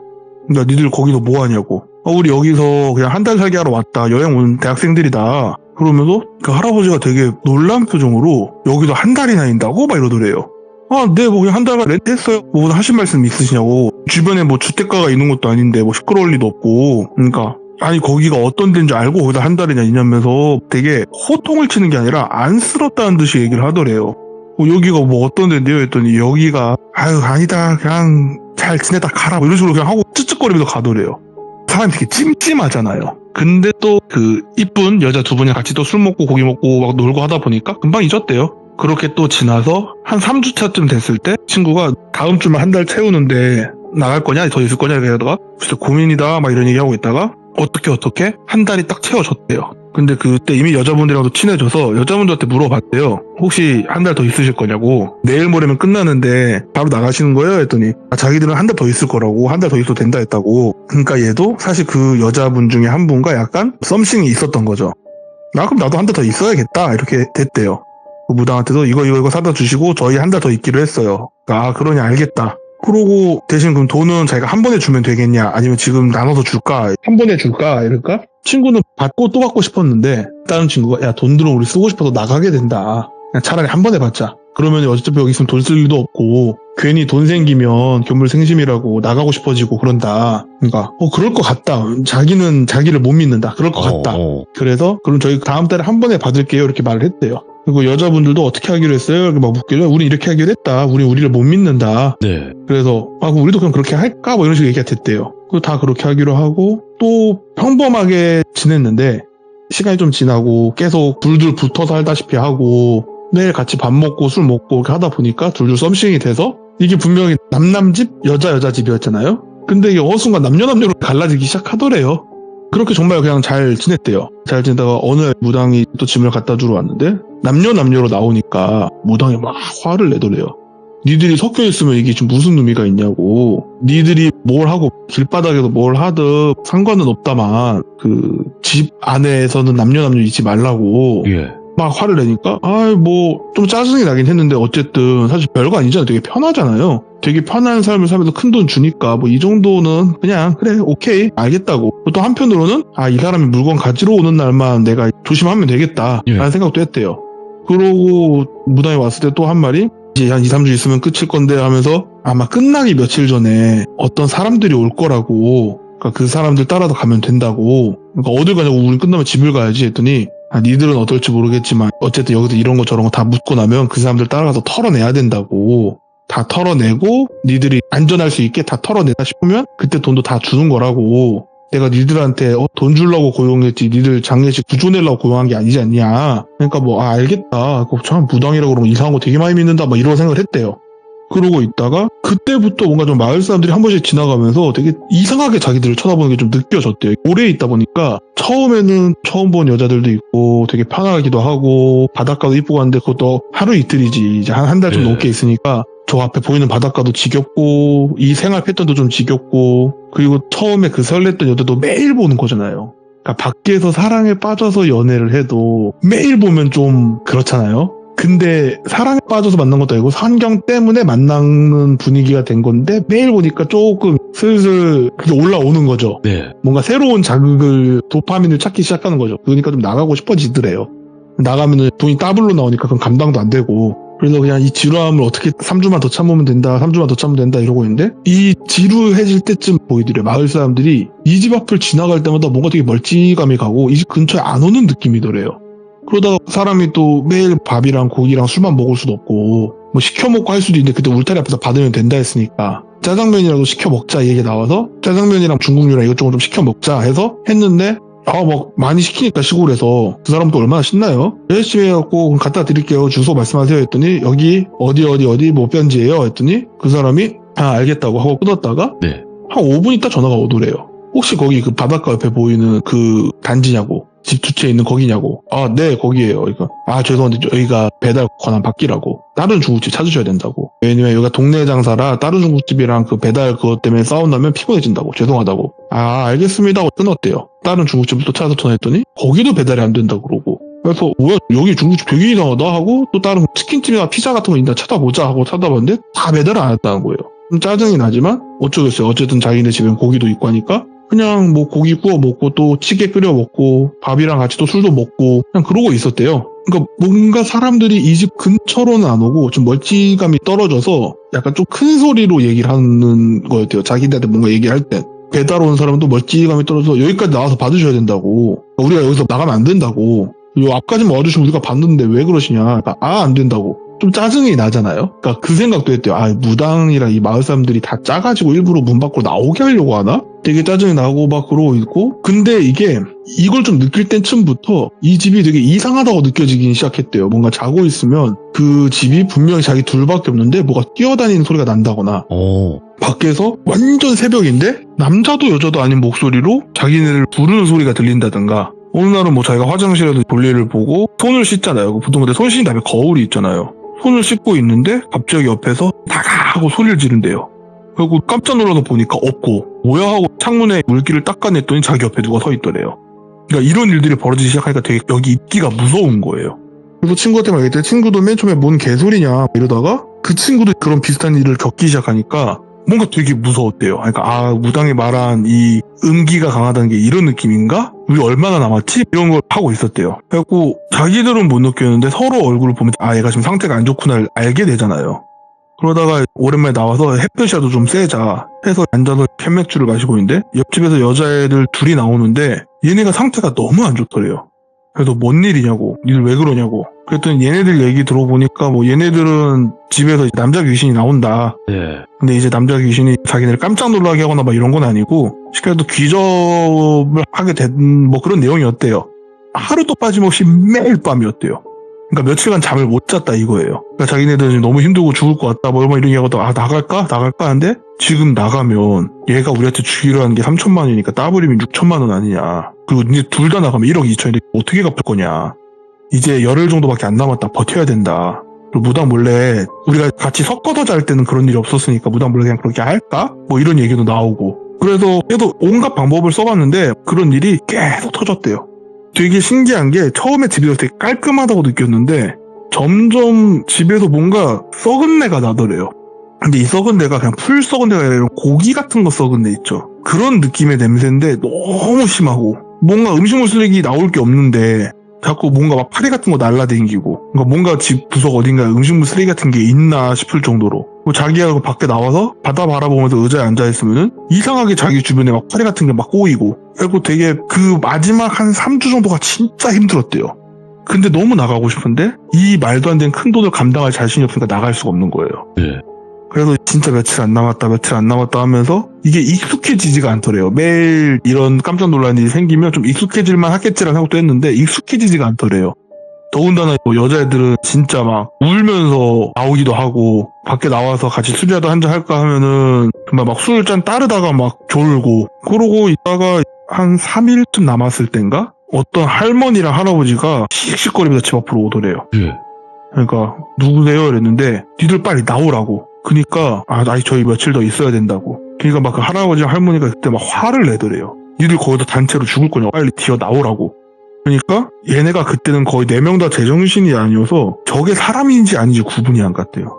그러니까 무당의 한 마리에게 한 귀로 듣고 한 귀로 흘려라. 어떤 말을 해서라도 꿰어낼 거다. 그러니까 니들이 있으면은 그래서 양기가 음기를 누르고 음기가 양기를 누르기 시작하면은 얘네가 불편하다 느껴서 니들을 쫓아내려고 별별 방법을 다 할 거다. 막 깜짝 놀라게도 할 거고 뭐 이런 것도 있을 거고 뭐 사람인 척하면서 막 니들 보고 빨리 나오라고 그런 거 막 회유도 할 거고 협박도 할 거고 별거 다 할 거다. 그러니까 한 귀로 듣고 한 귀로 흘려라 막 이런 얘기 했던 게 이런 거구나. 그러니까 그 두 노인이 사람인지 아닌지 구분도 안 갈 정도였대요. 그만큼 피폐해진 거죠. 그래서 그냥 뭐라고 하든 그냥 한 귀로 듣고 한 귀로 흘리고 가만히 앉아서 자기들끼리 밥을 먹었대요. 그러고 있다가 할머니가 막 그러고 있으니까 할아버지가 됐다고 그냥 가자고 여기 더 있으면 안 된다고 가자고 막 이런 식으로 끌고 가더래요 할머니를. 그러니까 할머니가 니들 내 손주 같아서 그런다고 빨리 나오라고. 그러니까 할아버지가 쟤네 됐다고 쟤네가 지금 제정신으로 보인다고 그냥 가자고 빨리 나오라고 해도 막 끌고 가더래요. 얘는 그게 뭔 말인지도 모르겠고 관심도 더 이상 못 주겠고 저게 사람인지 귀신인지 구분도 안 가고 모르겠다고 있다가 이제 이틀 남았다 막 이러고 있는데 딱 당일날이 되는 12시가 딱 땡칠 때쯤 한 11시 50분 55분 막 이쯤에 앞에 까만 차가 한 3대가 쓰더래요. 그러면서 어떤 사람이 딱 내리더니 저기요 이러니까 4명이 쓱 나왔대요. 누구시냐고 그랬더니 5분 남았다고. 이제 5분만 있으면은 그거 일 끝난다고 그 무당한테 설명을 들어줘. 우리가 가서 부정한 걸 털어내야 된다고. 그러니까 니들이 그나마 기가 좀 세고 그래가지고 이게 쉽게 말해서 8주 있었던 거잖아요. 근데 실제로 한 9주 정도 됐다 하더라고요. 그 중에서 니네가 한 5, 6주는 아무 일 없었던 게 기가 좀 그나마 세도 그랬던 거지 니들도 기가 어느 정도 얘네가 익숙해져서 3주간 괴롭혔을 거라고. 그러니까 한 5분 정도만 더 버티면 되니까 지금부터 가서 짐 미리 싸시라고. 그 짐 싸서 여기에 실어서 남남여여 차 한 대씩 타고 우리랑 같이 가서 우리 그 지인 무당들이다. 거기 가서 안 좋은 기운 다 털어내고 그 다음에 돈 받고 가시면 된다. 알겠습니다 하고 좀비처럼 쓱 기어가서 짐을 다 막 챙겨서 딱 문 앞에 서가지고 있다가 시간이 12시가 좀 넘으니까 바로 나가려고 했는데 아직은 아니라고. 왜 그러시냐 12시 되지 않았냐 했더니 이게 그 점집에서는 만세력이라는 걸 쓰잖아요. 근데 이게 시가 있잖아요. 사주에 보면 뭐 자신이 축신이 이런 시가 있잖아요. 이게 개념이 우리가 현재 쓰는 24시간 개념이 조금 다르대요. 비슷한 면이 많은데 아직 만세력으로 계산하면 안 됐다고. 좀 더 남았다고. 그래서 시간을 계속 끌더래요. 좀 짜증나긴 하는데 뭐 얼마나 남았냐고 한 30분 30분 정도 있으면 될 것 같은데요. 이렇게 얘기하니까 알겠다고. 30분이면 뭐 지금 3주간 여기도 지옥같이 있었는데 30분 뒤에 뭐 큰일이 생기겠어. 사람들도 앞에 있고 자기 무당들이라고 하니까 뭔가 귀신이 와서 막판으로 놀리려 해도 얘네가 막아주겠지라는 생각도 있었고 아내는 벨트로 가서 담배를 피기 시작했대요. 여기서 담배 피면서 나가면 뭐 할 거예요 뭐 이런저런 또 얘기하고 뭐 하고 하다 보니까 그 사람들이 자 됐다 갑시다 이러더래요. 담배를 끄고 후다닥 나왔대요. 후다닥 나와서 저 차에다 짐을 실으시면 돼요 하고 짐 다 싣고 여자분들은 2차 남자분들은 2차에 타시면 돼요 이랬대요. 그리고 차에 딱 타는데 똘비가 차에 타려고 하는데 저 멀리서 오토바이가 빵빵빵빵 거리면서 오더래요. 뭐지 하고 사람들이 다 쳐다보잖아요. 그러니까 이 사람들이 이미 다 찾고 빨리 타요 이러는데 내가 저기 귀신이 사람들이 별반 없는 거 보니까 저 귀신인가 싶기도 한데 그 할아버지가 멀찌감이 떨어져서 그 차 타면 안 된다고. 그 차 타지 말고 빨리 오라고 그러더래요.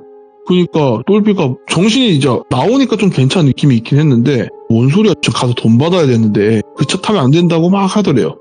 그리고 그 사람들은 뭐에 돈 안 받을 거냐고 빨리 타라고. 저거 지금 사람으로 보이냐고. 저 사람 아니라고 그런 식으로 얘기하니까 자기가 그동안 겪은 게 있잖아요. 그래서 지금 내가 헛게 보이나 보다 하고 차에 탔대요. 그냥 타고 쭉 가다 보니까 그 동네가 바닷가 동네라 했거든요. 우선 배들이 쭉 서 있는 항구 같은 데로 가더래요. 그래서 여기 뭐냐고. 그러니까 이 배 타라고. 그러니까 배를 왜 타냐. 그러니까 그 부담이 많은 게 니들이 이런 거 잘 아는지 모르겠지만 산귀신이다. 산귀신이 여기 원래 공동묘지 있던 거 다 잡아먹고 되게 힘이 세진 산귀신이다. 근데 얘네가 힘이 많이 세다. 예. 근데 이 산귀신을 바다로 끌고 나가서 하면 힘이 약해져서 털어내기가 훨씬 쉽다. 뭐 그런 식으로 얘기를 하더래요. 그래서 우리가 막 배도 렌트하고 뭐하고 한 거다. 그래서 그렇구나 하고 사람들이 이제 쭈르륵 타고 가는 자기가 뭔가 깨름직하더래요. 왜냐면은 배에는 보통 배 넘버랑 뭐 이런 게 좀 정보가 써 있대요. 근데 하필이면 이 똘비가 친척이 원래 배 타는 일을 하던 사람이에요. 그러니까 이걸 알아요. 근데 저 배에 써 있는 저게 한국 배 정보가 아니래요. 이 상반들이 이 동네 배를 빌렸다는데 넌 한국 배가 아닌데 뭐지? 갑자기 갑자기 느낌이 쎄했대요. 그러면서 그 선장이라는 사람이 얘기한 거 보니까 선장이라는 사람이 한국어가 아닌 다른 나라 말을 쓰더래요. 그러니까 이거 뭔가 느낌이 되게 안 좋다라는 느낌이 엄청 세게 들더래요. 불안한데? 하고 배 시동이 걸리고 빨리 타라고 가자고 가서 빨리 털고 호닥 갔다 오자고 해 뜨기 전에 빨리 털어야 된다 막 이런 식으로 얘기를 하더래요.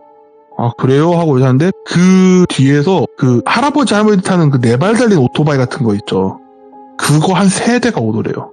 자동차도 한 2대가 오고 그러면서 그 할아버지가 막 또 뭐라 하더래요. 근데 저게 귀신이면 생각해보니까 귀신이면 저런 걸 탈 이유가 없는데 그리고 저 할아버지는 자주 봤던 것 같고 그러니까 그 무당이라는 사람들이 빨리 타라고 하면서 막 화를 내더래요. 근데 똘비가 거기서 뭔가 느낌이 너무 세함을 느껴서 잠시만요 하고 할아버지 쪽으로 갔대요. 그러니까 얘네가 막 욕을 하면서 빨리 오라고 저 사람 아니라면서 막 욕을 하더래요. 그러니까 할아버지도 빨리 일로 오라고 친구 데리고 오라고 빨리 다 데리고 오라고 막 이런 식으로 얘기하고 있고 그 가운데 껴서 이도저도 못했대요. 이쪽으로 가서 만약 저 사람들 말이 맞고 저게 귀신이면 자기 지금 홀려도 죽을 거고 저게 귀신이 아니면 얘네가 지금 나한테 뭔가 하려는 것 같다. 근데 이 친구는 이 3주간 귀신한테 좀 시달리긴 했지만 그 전에 원래 좀 냉정한 공대생이었단 말이죠. 뭔가 이성적으로 판단을 하자. 여기가 귀신보다 사람일 확률이 훨씬 더 높고 저 배는 일단 뭔가 찜찜하다 해서 그쪽으로 갔대요. 가니까 그 사람들이 막 배에서 내려서 끄집어 내려고 하는데 그 할아버지가 혼자 온 게 아니라 차들도 몇 대 와 있었다 했잖아요. 그 마을 젊은 사람들 같았대요. 젊은 사람들이 몇 명 내리고 하니까 그 사람들도 갑자기 막 욕을 하면서 일단 배로 다시 가더래요. 그리고 그냥 배가 나갔대요. 그러면서 일단 집에 가자고 해서 니 뭐 별일 없었냐 뭐 이런 얘기 듣다가 저는 뭐 별일 없었고 근데 제가 돈을 받아야 되는데 그러니까 저거 다 사기라고 막 그런 식으로 얘기를 하고 그래서 그때까지만 해도 솔직히 좀 제정신이 아니긴 했대요. 그래서 할아버지가 와서 이거 보라고 얘네 벌써 약간 이상하다고 하면서 무슨 병원을 데리고 가서 병원에서 무슨 링거 같은 거 맞고 그러다 보니까 정신이 좀 맑아지는 게 느껴지더래요.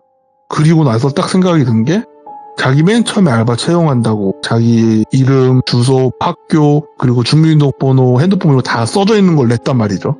일단 돈은 받아야 되니까 무당한테 가야 되잖아요. 무당집으로 갔대요. 근데 그 집이 비어있더래요. 무당 깃발도 없고 그냥 집이 비어있더래요. 불안하니까 친구한테 전화를 한 거예요. 핸드폰이 꺼져 있더래요. 그리고 그 썸씽을 탔던 여자애들도 같이 거의 둘 다 가까이 동거동락하면서 번호 이거 다 알고 있었으니까 그러면 핸드폰이 다 꺼져 있더래요. 근데 뭔가 지금 일이 잘못된 것 같긴 한데 일단 경찰에 신고를 해야 되나 뭘 해야 되나 생각이 좀 복잡했대요. 복잡하고 있던 와중에 집에 와서 엄마 아빠한테 알바를 했는데 뭐 돈을 떼먹힌 것 같다 했는데 엄마 아빠는 뭐 사람아 돌아왔으면 됐다 막 이런 얘기가 오는데 왜 이런 얘기를 하지? 그냥 내가 좀 나왔다 생각할 수도 있잖아요. 근데 뭔가 마치 사람아 와서 다행이다 뭐 이런 반응이고 뭐야 이러고 딱 자는데 몸이 되게 막 으스스스 떨리면서 부르르 떨리는 거 있죠. 그러면서 그 집에서 봤던 귀신들의 그 형상들이 자기 방이랑 집에서 보이기 시작하더래요. 얘네가 붙어왔구나. 이거 무당을 찾아가야겠다. 근데 무당을 찾아오는데 무당들은 별말 없고 그러니까 이 얘기를 내 친구의 지인이 친구한테 물어봤던 거예요. 너 그 주변에 그 되게 센 무당 있다지 않아? 이 얘기가 그래서 똘순이를 찾았었던 거더라고요. 그래서 똘순이가 만났대요. 결국엔 만나서 쓱 보더니 얘 지금 보이는 거 귀신 아니라고. 그럼 뭐냐? 얘 귀신 같은 거 씌인 게 아니야. 근데 그 터가 안 좋긴 한데 얘 귀신에 씌인 건 아닌 것 같다. 그래서 뭔 소리냐고 내가 막 밤마다 보고 가도 얘 가짜 아니냐고 했더니 그 집이라는 데 한번 가보자고. 그 집 쪽으로 쓱 가더니 이 집에 귀신이 많이 붙어있는 건 맞대요. 근데 얘네가 니들한테 해코지 할 생각이 전혀 없다고. 특히 너한테는 해코지 할 생각이 전혀 없고 오히려 너가 오니까 기뻐하네. 이건 너한테 해코지 할 애들이 아니야. 너가 붙어있는 게 아니야. 뭐 이런 식으로 얘기를 했대요. 그러니까 이 똘비가 이게 뭔 소린가. 내가 돌아왔으면 얘네가 내가 있는 게 불편해서 내 기에 눌려서 얘네가 불편해서 우리를 쫓아내려고 했다고 들었다. 뭔 개소리냐. 넌 그 정도 기운도 없고 그냥 넌 평범한 애다. 그리고 너가 불편해서 했으면은 얘가 근처에 왔다는 이유로 이렇게 막 애들이 신나하지 않을 거다. 얘네 되게 기뻐하고 있다 지금. 그래서 얘 입장에서는 되게 센 무당, 진짜 무당이라 하고 자기가 또 맨정신 생각해보니까 그게 맞는 것 같기도 한데 똘비가 가만히 듣고 있다가 잠깐 기다려보라고 그 집 앞쪽으로 가더래요. 그러면서 문을 열렸는데 문이 잠겨 있었는데 안에 사람들이 또 있더래요. 그 두 사람이 나오는데 이 두 사람이 똘비가 어디서 본 적 있는 것 같은 느낌이었대요. 그래서 똘비가 가자 막 이러니까 똘순이가 왜? 하고 얘네가 막 반으로 보니까 쟤네구나 싶었대요. 근데 똘순이도 뭐 귀신을 상대하는 거지 막 시켜서 범죄 조직이면 자기가 위험한 거잖아요. 그리고 호다다닥 도망갔대요. 같이 도망가서 밤에 똘순이가 나 물어볼 게 있었는데 저 때 못 물어봤다고. 나 잠깐 다시 가봐야겠다고. 밤에 다시 갔대요. 밤에 다시 갔더니 거기 불 다 꺼져 있고 똘순이 눈에는 거기에 수많은 귀신들이 마당에 나와 있었대요. 가갖고 그 귀신들 중 하나 보고 시켜서 오라고 했겠죠. 와보라고. 그럼 가서 뭔가 대화를 좀 하는 느낌이 나더래요. 그냥 허공에다 대고. 이 둘은 그게 되게 신기한 거예요. 그러면서 얘기를 듣고 못 오래요. 그리고 와서 너 어느 병원으로 갔냐. 그래서 그 병원으로 가서 기록을 보니까 이 똘비가 약에 중독됐던 거예요. 약에 중독됐고 한동안 집에서 귀신 보고 헛것벌고 했던 게 약에 중독됐던 애가 이 중독이 끊기는 과정에서 엄청 반동이 세게 온대요. 그 과정이었던 거예요. 그러니까 똘비가 수사 의뢰를 하고 다 하고 했는데 마을 사람들은 정말 자기를 도와줬던 사람들이잖아요. 근데도 아무도 우리 마을엔 그런 일 없다. 뭔 소리냐, 우리 마을엔 그런 말 없고 저 집 주인은 따로 있다. 나오라고 한 거는 우리가 저 집 주인을 아는데 집 주인 아닌 애들이 저기 있으니까 무단 침입한 건가 싶어서 나오라 한 거라고 막 이런 식으로 얘기를 하더라는 거예요. 또 똘비는 막 억울해가지고 그러고 있는데 친구들은 일단 끝까지 연락이 안 됐고요. 어느 날 갑자기 문자가 하나 왔대요. 자기 핸드폰으로. 더 이상 관여하지 말라고. 그리고 돈이 1,000만 원이 입금이 됐대요. 입금자 이름이 있잖아요. 자기는 원래 3,000만 원을 받아야 되지만 1,000만 원이 있다 입금이 됐고 입금자 이름이 영어로 써있는데 발음대로 읽으면 우리나라 사람은 아니에요. 그러니까 얘가 뭔가 아차 싶은 거예요. 얘네가 만약에 범죄 조직이면 얘는 지금 내 신상 집 주소 다 알고 있잖아요. 그리고 더 이상 관여하지 마 하고 다음 내용이 아빠 이름, 엄마 이름 이렇게 다 써서 보냈대요. 그러니까 똘비가 너무 무서워서 경찰에 자기가 착각한 것 같다고. 그리고 똘비는 실제로 어쨌든 병원에서 약물 그 반응이 나와서 자기가 뭐 착각했던 것 같다. 마을 사람들 증언도 그렇고 얘는 피해자가 아니라 약 그 흡입한 애인 거죠. 경찰 입장에서 봤을 땐 남자 둘 여자 둘이 긴 집에 몰래 눌러 앉아서 쉽게 말해서 그 약 파티를 벌인 거죠.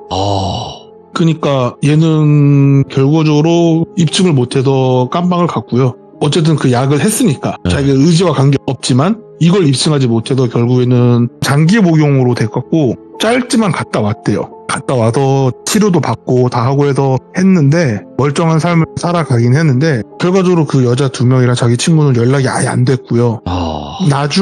나중에 시간이 한참 지나서 이 똘비가 지금 한국에 없어요. 외국 나가서 살아요. 외국으로 거의 도피 느낌으로 도망갔어요. 그 이유 중에 하나가 시간이 한참 지나서 지역 언론이라 그래야 되나? 거기에 어떤 마당 있는 집에서 가 좀 많이 발견됐어요. 근데 그 집을 똘비는 알아보죠. 모자이크 처리를 해놔도. 그리고 이거 뭔가 되게 단단히 잘못 엮였구나. 왜냐면 똘비 입장에서는 얘네가 관여하지 말라고 그러고 자기 가족을 다 써냈어 보냈다는 건 자기 정보 다 안다는 건데 돈 받은 그것도 있고 이게 걸렸잖아요. 얘네가 들이 자기가 신고했다고 생각하면은 자기가 위험해지겠다라는 생각이 들었대요. 그래서 가족들 이미 상황을 대충 다 알고 있었기 때문에 그대로 외국으로 이민을 갔어요. 그리고 이 얘기를 듣고 저도 너무 궁금해서 친구한테 물어봤죠. 이 지역에 이런 사건이 있었는데 혹시 너네 인트라넷에 있어? 물어봤죠. 그랬더니 자기네는 있을 건데 디테일하게는 안 써있대요. 제가 들은 것보다 좀 더 디테일한데 큰 차이는 없대요. 똘순이한테 물어보는데 똘순이가 연락이 안 되고 또 친한 형님이 계시죠. 제가 지금은 좀 위태위태한 회사에 계신데 하여튼 그 회사에 계셨던 분한테 물어봤죠. 형님 이런 사건이 있었다는데 혹시 형님네 회사 인트라넷에 있어요? 그렇게 물어봤더니 그거 있다고. 그거 뭐냐고 나 얘기 좀 해달라고. 근데 너 그거 어떻게 하냐니까 제가 그때 피해자였던 애한테 들었다고. 그러니까 형님이 그 피해자가 살아있는 사람이 있어? 이 얘기를 하더라는 거예요. 한 명 있다. 걔 지금 외국가 있다고. 그래갖고 얘기를 쭉 들어보니까 그 집이 원래 마을에서도 유명했대요. 사람 많이 죽어나간다고. 그러니까 보니까 그 무당이 가짜는 아니고 진짜 무당은 맞아요. 근데 자기가 무당을 하면서 벌전이라고 그러나요? 그런 거 받을 짓을 하면 액맞이를 보내는 거예요. 글로. 그러니까 대신 맞을 애들을 그 집에서 냅두는 거예요. 처음에는 이게 있으면은 그 마을에서도 사람들이 가까이 안 오는 게 집이 부정탄다는 게 있었대. 사람들이 하도 죽어나가니까. 사람들이 들어와서 새로 들어왔나 싶으면 얼마 있다 죽어나가고. 그러니까 사람들이 멀리했던 그 집인데 그 집이 그 무당이 액맞이들을 보내서 대신 액맞게 하는 일부러 그런 터에다 지은 거더라고요. 그 터를 뭐 가꾸고 닦고 이럴 생각이 없어. 그냥 여기는 그냥 남 대신 죽어라 하고 보내는 거예요. 어차피 죽으면 돈 안 줘도 되니까 이 월급을 몇 억 준다고 해도 상관없는 거. 어차피 안 줄 거니까 금방 죽으면 상관없잖아요. 그러고 있다 보니까 이 무당이 시간이 좀 지나서 새로운 돈벌이 비즈니스를 찾은 거예요. 매매한 애들이랑 엮인 거예요. 그래서 여기서 있다가 이 사람들이 뭐 윤달이니 뭐니 막 핑계댔던 게 이 사람들이 이렇게 매번 들어올 수 있는 게 아니다 보니까 스케줄에 좀 맞추다가 그 사이에 얘네가 혹시라도 반항하고 도망칠 수도 있으니까 갖다 두는 음식에 조금씩 탄 거예요. 애들은 지들이 중독된지도 모르고 그냥 중독돼서 애들이 점점 바보가 돼가는 거죠.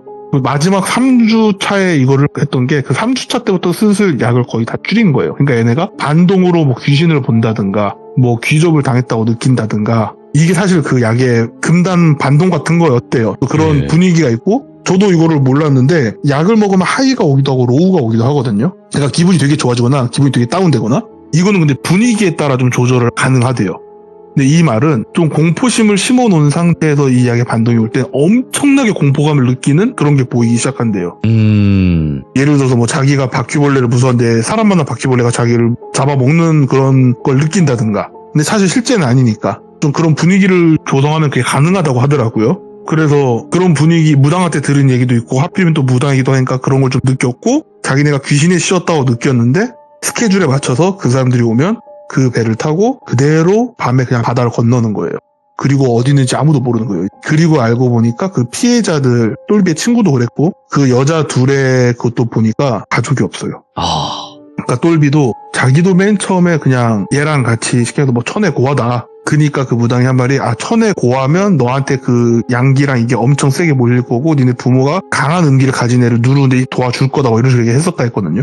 그러니까 천의 고아에 가족이 없는 뭐 그런 사람들이거나 이런 사람들을 단기에 어마어마한 돈을 준다고 해놓고 약을 좀 먹여서 중독시켜 놓고 결국엔 반항도 못하게 몸이 약해져 있을 때 배를 타고 이제 넘기는 거지. 어디론가 가는 거죠. 근데 이게 그 형님네 회사에서도 이게 넘어가면 찾을 수가 없대요. 왜냐면은 이게 국내에서면은 자기네가 어떻게든 찾아보겠는데 사실 국내에서도 완전 시골이나 섬으로 들어가면 찾기가 힘들다 했거든요. 근데 이게 국경을 넘어가는 순간 하필이면 우리나라 위치가 정보 공유를 잘 안 해주는 나라들이 정확히 말하면 정보 공유를 해준 나라가 한 군데밖에 없어요. 우리나라 근접 국가 중에.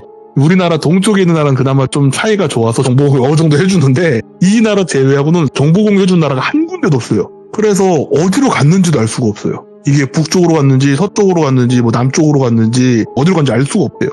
그리고 그 마을 사람들이 맨 처음에 이렇게 했던 거는 주기적으로 한 번씩 불을 꺼놓고 배가 온다는 거예요. 근데 보통 어업을 할 땐 불을 켜놓고 해야 물고기들이 불로 오기 때문에 불을 끄고 어업을 잘 안 한대요. 근데 저렇게 불을 끄고 돌아다니면 저 사고 나면 어쩌라고 사람들이 맨 처음에 욕하다가 어느 순간부터 이 저주받은 집에서 사람들이 죽어나가는 건 멈추는데 저 배가 왔다 간다는 사람들이 없어지네 싶은 거예요. 그러니까 어느 순간부터 여기 잘못 엮이면 범죄 조직에 엮인다. 그러니까 밀입국하는 애들이 잠시 지내는 거처 정도 생각해도 마을 사람들이 근처에 아예 안 갔던 거예요. 그러고 보니까 집에서 이 사람들이 돈을 받았는지 뭐였는지 모르는데 갑자기 말을 바꾼 이유는 알 수가 없고 자기 생각에는 이 마을에 이런 일이 있었다 하면은 마을 이미지 안 좋아지고 하니까 그냥 다 같이 쉬쉬한 게 아닐까 싶다로 추측을 하고 있다 정도까지는 확인을 했고요. 사라진 3명은 어디 있는지 알 수가 없고. 굉장히 충격적이네. 그래서 이거는 제가 들은 단기 알바 중에 가장 무섭다였는데 예. 이 이야기의 진짜 무서운 점은요. 이 이야기 오래 안 됐어요. 이 이야기 생각보다 오래 안 됐어요. 한 10년 안짝이구만 이거. 5년 안짝. 뭐 10년 언저리예요. 이거 생각보다 오래 안 됐어요. 이 이야기. 진짜 그래요. 뭐 고수익 알바 뭐 이런 거에 혹할 수 있어요. 젊은이들이 그렇잖아요. 그쵸. 이거는 이제 그 특수한 회사 다니는 그 형님한테 들은 건데 예. 사람들이 뭔가 아예 특정을 하는 분위기가 있으면 의심을 한대요. 근데 특정이 애매모호하면 네. 엄청 많이 걸려든다는 거예요. 근데 이게 좀 슬픈 이야기인데 네. 쉽게 말해서 자기가 좀 지킬 게 있거나 뭐 그게 돈이 됐건 가족이 됐건 이런 사람들은 좀 위험하다 싶으면 그냥 안 해버리면 그만이에요. 안 하는 사람들이 많다는 거예요. 그렇죠. 네, 그렇겠죠. 근데 특정을 애매모호하게 했을 때 그냥 딱 하나 돈만 걸어둔 거죠. 이거에 혹해서 오는 경우의 사람들이 이미 뒤가 없는 경우가 많대요. 그래서 이런 사람들을 노린다고 하더라고요. 다시 한번 우리가 좀 더 경각심을 갖고 조심해야 되지 않을까 생각이 들고 오늘 분명히 행자님께서 이 이야기를 하시기까지는 고민을 하셨을 거예요. 예, 사실 이거 풀로 다 하고 싶었는데 여러분들 잘 모르실 수도 있는데 지금 모든 해주신 얘기들은 다 많이 덜어내신 거예요. 그렇게 생각하시면 돼요. 저한테 따로 많이 얘기해 주신 덜어내긴 거는 했죠. 정말 심각한 것들이 많았는데 거기서 좀 많이 덜어내서 이제 다듬어서 나온 거예요, 이게. 아이고, 오늘 행자님도 이야기 너무 잘해주셔서 감사드립니다. 고맙습니다, 행자님! 긴 얘기 들어주셔서 감사합니다. 네, 감사합니다. 네. 우리가 어쨌든 조심을 하면 어느 정도 좀 예방을 할 수 있는 부분들이 분명히 있어요, 여러분들. 뭐 갑자기 막 묻지마로 그러면 어떻게 할 재간이 없는데 그래도 여러분들 조심을 했을 때는 조금 더 피해갈 수 있는 방법들이 있습니다. 그러니까 항상 조심하시길 바라겠습니다. 감사합니다.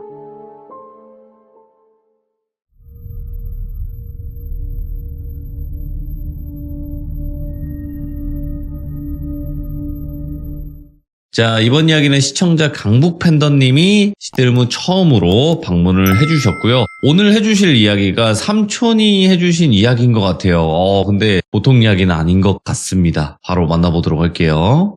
네, 안녕하세요. 강북 팬더님, 반갑습니다. 자, 오늘 강북 팬더님께서 들려주실 이야기가 삼촌분께서 들려주신 이야기인 것 같아요. 예, 맞아요. 그러면 한참 과거로 가야 될까요? 그렇죠. 거의 삼촌이긴 한데 아버지 뻘이라고 보면 돼서 네. 그러니까 아버지 세대가 젊었을 때 겪은 그런 얘기인데 네. 이게 또 삼촌이 그냥 평소에는 얘기를 안 해줘요. 예. 평소에는 얘기를 안 해주는데 술이 한창 됐을 때 그럴 때 겨우 이제 몇 번 해주고 그랬던 얘기거든요. 그러니까 술 그래서 기운을 빌려서라도 해야 되는 그쵸. 그런 이야기네. 예. 알겠습니다. 그러면 더 묻지 않고 바로 들어보도록 하겠습니다. 제가 레츠가 하면요. 강북에 사는 팬더입니다. 이렇게 해주시면 됩니다. 그냥. 예. 네. 레츠가! 강북에 사는 팬더입니다.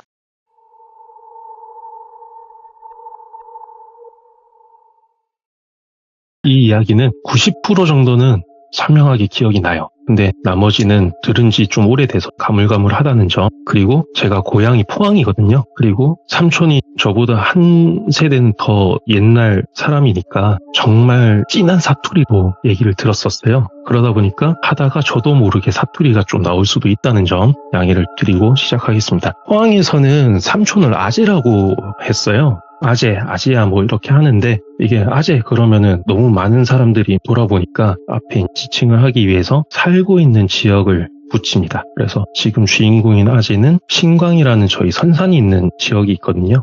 거기서 살고 있어서 신광아재 그랬는데 진짜 전형적인 경상도 테토남이에요. 완전 무뚝뚝하고 말도 없고 막 행동도 좀 거친데 노약자는 또 잘 챙겨줘요.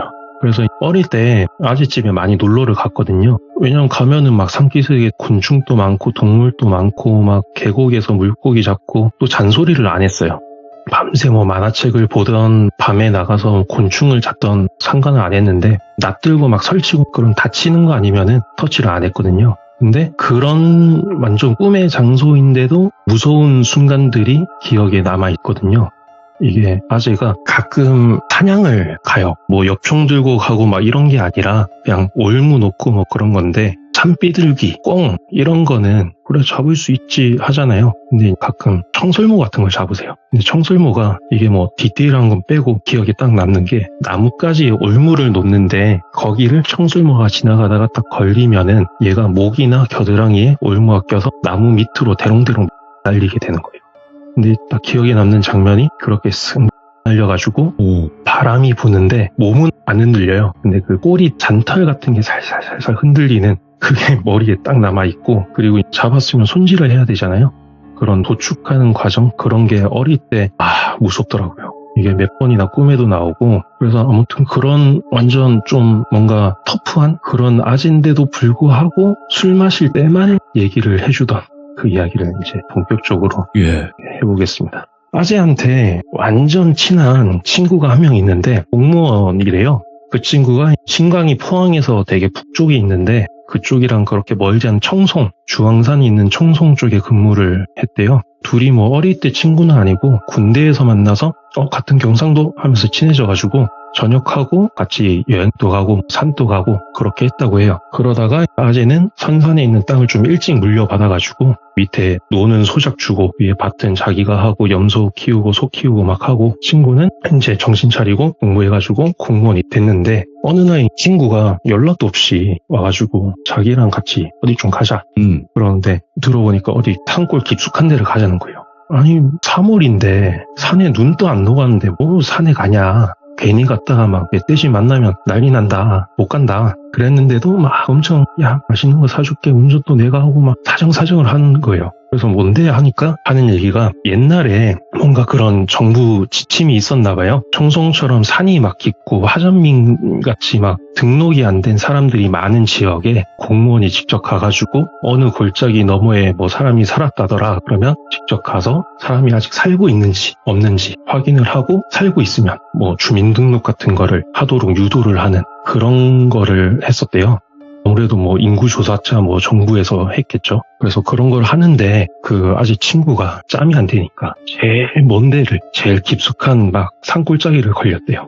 거리가 청송에서 새벽에 출발해도 하루 만에 못 오고 무조건 자고 와야 되는 그런 거리여서 혼자 가긴 그러니까 같이 가자 하면서 아재를 꼬신 거예요. 근데 아재는 뭐 처음부터 거절할 생각은 없었고 그냥 튕긴 거였고 또 궁금했대요. 야, 오시면은 얼마나 오실까? 그리고 거기 사람이 살고 있으면 어떤 모습으로 살고 있을까? 궁금해서 출발 전날에 청송에서 만나가지고 둘이 또 새벽부터 출발해야 되는데 새벽까지 술을 마셨대요. 아무튼 그렇게 엄청 일찍 힘겹게 출발을 해서 그 길이 깔려있는 마지막 마을에 도착을 한 게 점심때쯤 도착을 했다고 해요. 옛날에는 그 공무원의 힘이 좀 셌다고 하잖아요. 그래서 친구가 막 공무원 친구 힘 보여줄게 하면서 오호. 이장집으로 딱 갔는데 가서 밥도 먹여주고 막 할게 했는데 한참을 이장님한테 시달리다가 겨우 밥이랑 국 한 그릇에 김치 하나 딱 이렇게 받고 그 마을 얘기를 물어봤대요. 저기 마을 뒤에 골짜기 넘어서 좀 올라가면 사람 살았다는데 아직도 사람 삽니까? 그러니까 이장님이 옛날부터 나오는 사람도 없고 가는 사람도 없었다. 해봤자 뭐 약초 캐러 몇 명 갔지 왔다 갔다 했지. 깊숙이는 안 들어간다. 뭐 지금 뭐 가봤자 사람도 없는데 가지 말고 여기서 뭐 놀다 가라. 그러는 걸 겨우겨우 빠져나와서 출발을 하는데 마을 뒤쪽에 있는 길이 옛날 인도길이라고 그러잖아요. 아스팔트는 물론이고 콘크리트도 안 깔려있는 그런 흙길인데 이게 골짜기 오른쪽에는 볕이 네. 잘 들어서 밭이 쫙 늘어섰는데 왼쪽에는 아직 한겨울처럼 눈이 좀 많이 쌓여 있었대요. 오. 그리고 길은 볕이 있는 오른쪽 편에 있어서 진창길이라서 조심조심 운전을 해가지고 고개 위로 탁 올라가니까 완전 첩첩산중인 거예요. 길도 상태도 안 좋고 거의 있는 둥 마는 둥 하는 길이어서 그래서 둘이서 그냥 별다른 말 없이 한숨만 푹 쉬고 짐을 챙겼대요. 배낭 메고 출발을 하는데 사실 출발할 때는 기분이 좋았대요. 이게 왜냐면 3월 중이니까 날씨는 좀 쌀쌀한데 한 2, 3시 정도니까 햇볕은 따뜻하잖아요. 바람은 시원하게 느껴지고 그래서 뭐 좋은데 하면서 출발을 했는데 야, 이 고개 넘으면 보이겠지. 없어요. 또 저 고개 넘으면 있겠지. 없어요. 계속 그렇게 몇 시간을 걷다가 높은 고개 하나 딱 올라가니까 해 떨어지기 전에 저기 밑에 마을이 보이더래요. 집이 한 5채 정도 있었대요. 근데 위에서도 보이는 게 희한한 게 낮은 담벼락 같은 게 있고 거기에 대문은 또 멀쩡히 닫혀 있대요. 누가 걸어 잠근 것처럼. 아다리가 딱 맞춰서 대문은 닫혀 있는데 그 안쪽에 단칸방 방문은 처음부터 방문을 안 단 것처럼 없고 그러니까 방 안이 보이죠. 훤히 보이는데 아무것도 없대요. 짐이. 그냥 이사를 가더라도 하다못해 밑에 달력을 놓고 가든 뭐 이부자리를 놓고 가든 뭐 물건을 흘리고 가잖아요. 버리든지. 근데 그런 게 없이 그냥 새 집처럼 아무것도 없대요. 근데 이런 게 방문 안쪽으로랑 그 위에는 슬라이트 지붕이었는데 그 지붕 삭은 거 사이로 이렇게 쓱 보이는 거예요.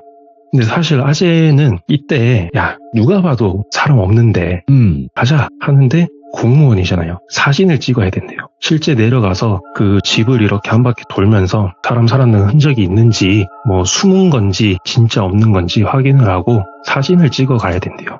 한참을 걸어서 내려가서 보니까 이게 느낌이 너무 다른 게 딱 내려가서 보니까 위에서 본 것처럼 담 넘어서 보이는 집안이 아무것도 없고 살림잡기 하나도 없고 햇볕 아래에 있는데 밝은 냉동창고에 있는 것처럼 햇빛에도 뭔가 서늘한 느낌이 확 들더래요.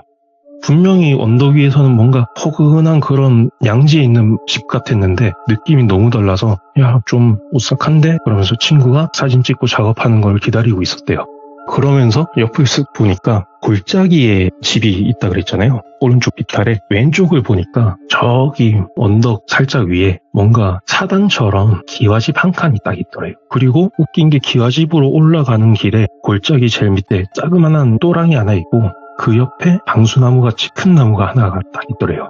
이게 보통은 당수나무가 마을 어귀에 있잖아요. 마을 입구나 뭐 그런 데 있는데 큰 길가에 있는데 아재는 딱 얘기를 했던 게 아니 버드나무면은 그래 또랑이 있는 거 이해간다. 버드나무도 아닌데 왜 여기에 있을까라는 생각을 좀 했었대요 그때. 그러면서 신기한데 뭔가 좀 이상한데 다른 일반적인 마을이랑은 좀 다른 것 같다라는 생각을 하는데 친구도 와가지고 그 왼쪽에 있는 사당 같은 기와집을 본 거예요. 저것까지만 확인하고 들어가서 쉬자. 쉬고 내일 아침 일찍 내려가자. 해서 그래 얼른 집에 들어가서 쉬자 하고 살살 올라갑니다. 올라가니까 그제서야 보이는 게 아니 아까 반대쪽 집들은 담벼락에 있는 대문은 닫혀있고 방문이 없었잖아요. 여긴 반대인 거예요. 여기는 대문이 누가 떼간 것처럼 없어요.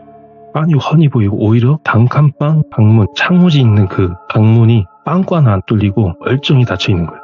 왜 이렇게 다르지? 하면서 친구가 한 바퀴 돌고 사진 찍고 이렇게 하는데 이제 해가 싹 졌어요. 이게 기와집에서 쭉 그늘이 이어졌잖아요. 깨울까지. 이게 그늘이 스물스물 차올라가지고 양지에 있던 그 집들이 한 칸 한 칸 그늘로 잠기는 것처럼 스물스물 그늘이 끝까지 산머리까지 탁 찼대요.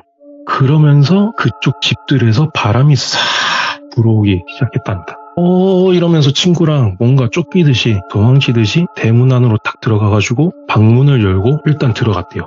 뭔가 좀 이상한데 그러면서 들어가서 보니까 이게 해가 넘어가도 빛이 있잖아요. 햇빛이 방명이라 그러죠. 그걸로 보니까 뚜렷하진 않는데 어렴풋이 형체가 보이는 게 딱 문 열자마자 건너편에 벽에 해진 두루마기 같은 게 뭔가 좀 낡은 느낌의 두루마기 같은 게 걸려 있었고 다른 벽에는 병풍이 하나 있고 그 밑에 밥상이 있었대요. 작은 소반에 뭐 밥그릇 같은 게 좀 있었고 그 다음에 그 옆에 촛대가 있었고 그리고 바닥은 사람이 오래 안 살았는지 종이 이게 장판이 거의 막 바스락거리면서 다 일어나서 그냥 흙바닥 수준이었고 네.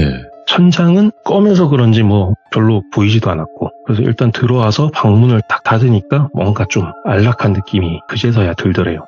그러면서 뭔가 흐릿한 향내랑 끓인 냄새, 비린내 이런 게 났다고 하는데 이런 거는 뭐 옛날 집이면 다 나서 그렇게 특이한 건 아니었다고 했는데 이제 뭔가 쫓기듯이 들어왔잖아요. 들어와서 짐을 제대로 풀고 앉고 이게 아니라 그냥 짐 없는 벽에 둘이 그냥 기대가지고 말없이 가만히 앉아 있었대요.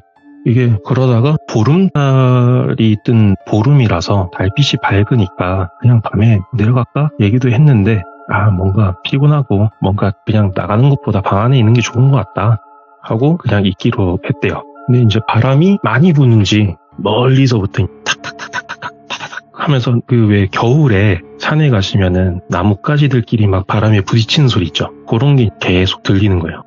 겨울 밤이니까 아직 바람이 세구나 골짜기기도 하고 그러고 있는데 소리가 계속 바람 타고 빨리 기슭에서부터 쑥 탁탁탁탁탁 하면서 집 뒤까지 싹 지나가고 계속 그러는 가운데 친구랑 졸다 깨다를 반복한 거예요.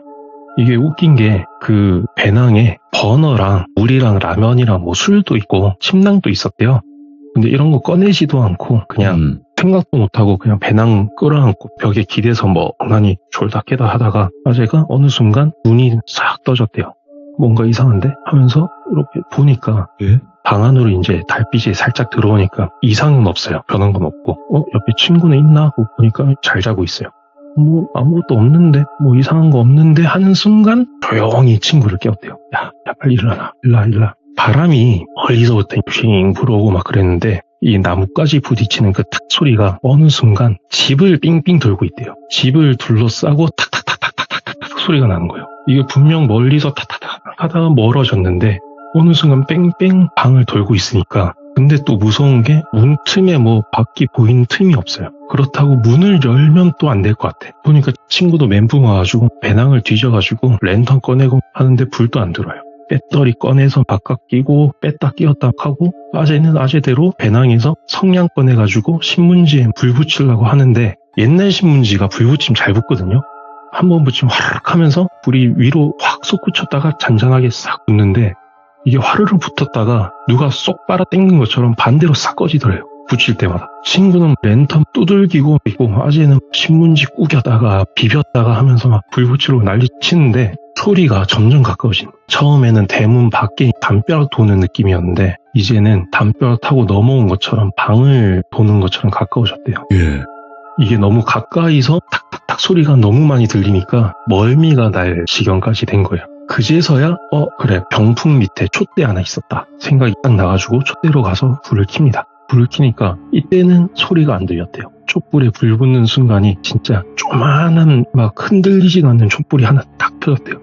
근데 이때 소리가 안 들린 이유가 방 안 풍경이 상상이랑 너무 달랐대요. 이게 아까는 흐리게 봤으니까 뭐 형체는 보였는데 뭔지 몰랐잖아요. 불이 있으니까 거기에 보이는 게 아까 밥상인 줄 알았는데 이게 오칠돼 있는 제사상이었대요.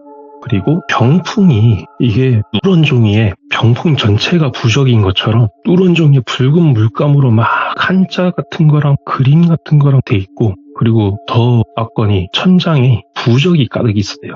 부적이 겹쳐지듯이 이렇게 탁탁탁 붙여놨는데 여기저기 그을린 것처럼 꼬뭇꼬뭇하게 돼 있고, 그거를 말없이 이렇게 멍하니 보고 있는데 와씨 이런 데 있었네 막 이러면서 보고 있는데 탁탁탁 이 두드리는 소리가 방문까지 온 거예요. 그리고 점점 퍼져서 벽이었는데 이제는 천장이랑 바닥까지 두들기는 소리가 나는 거예요. 부딪히는 소리가. 그리고 진동까지 울리고, 이게 발밑에서 누가 이렇게 얇은 발바닥 밑에 신발장을 두드리는 것처럼 진동이 나니까 멘붕이 돼가지고 순간 촛대를 놓쳤대요. 촛대가 바닥에 떨어졌는데 웃긴 게 아까 거의 일어나서 장판 같은 게 없어서 흙바닥이었는데도 불구하고 기름 뿌린 것처럼 사방으로 불이 확 번졌대요. 순식간에.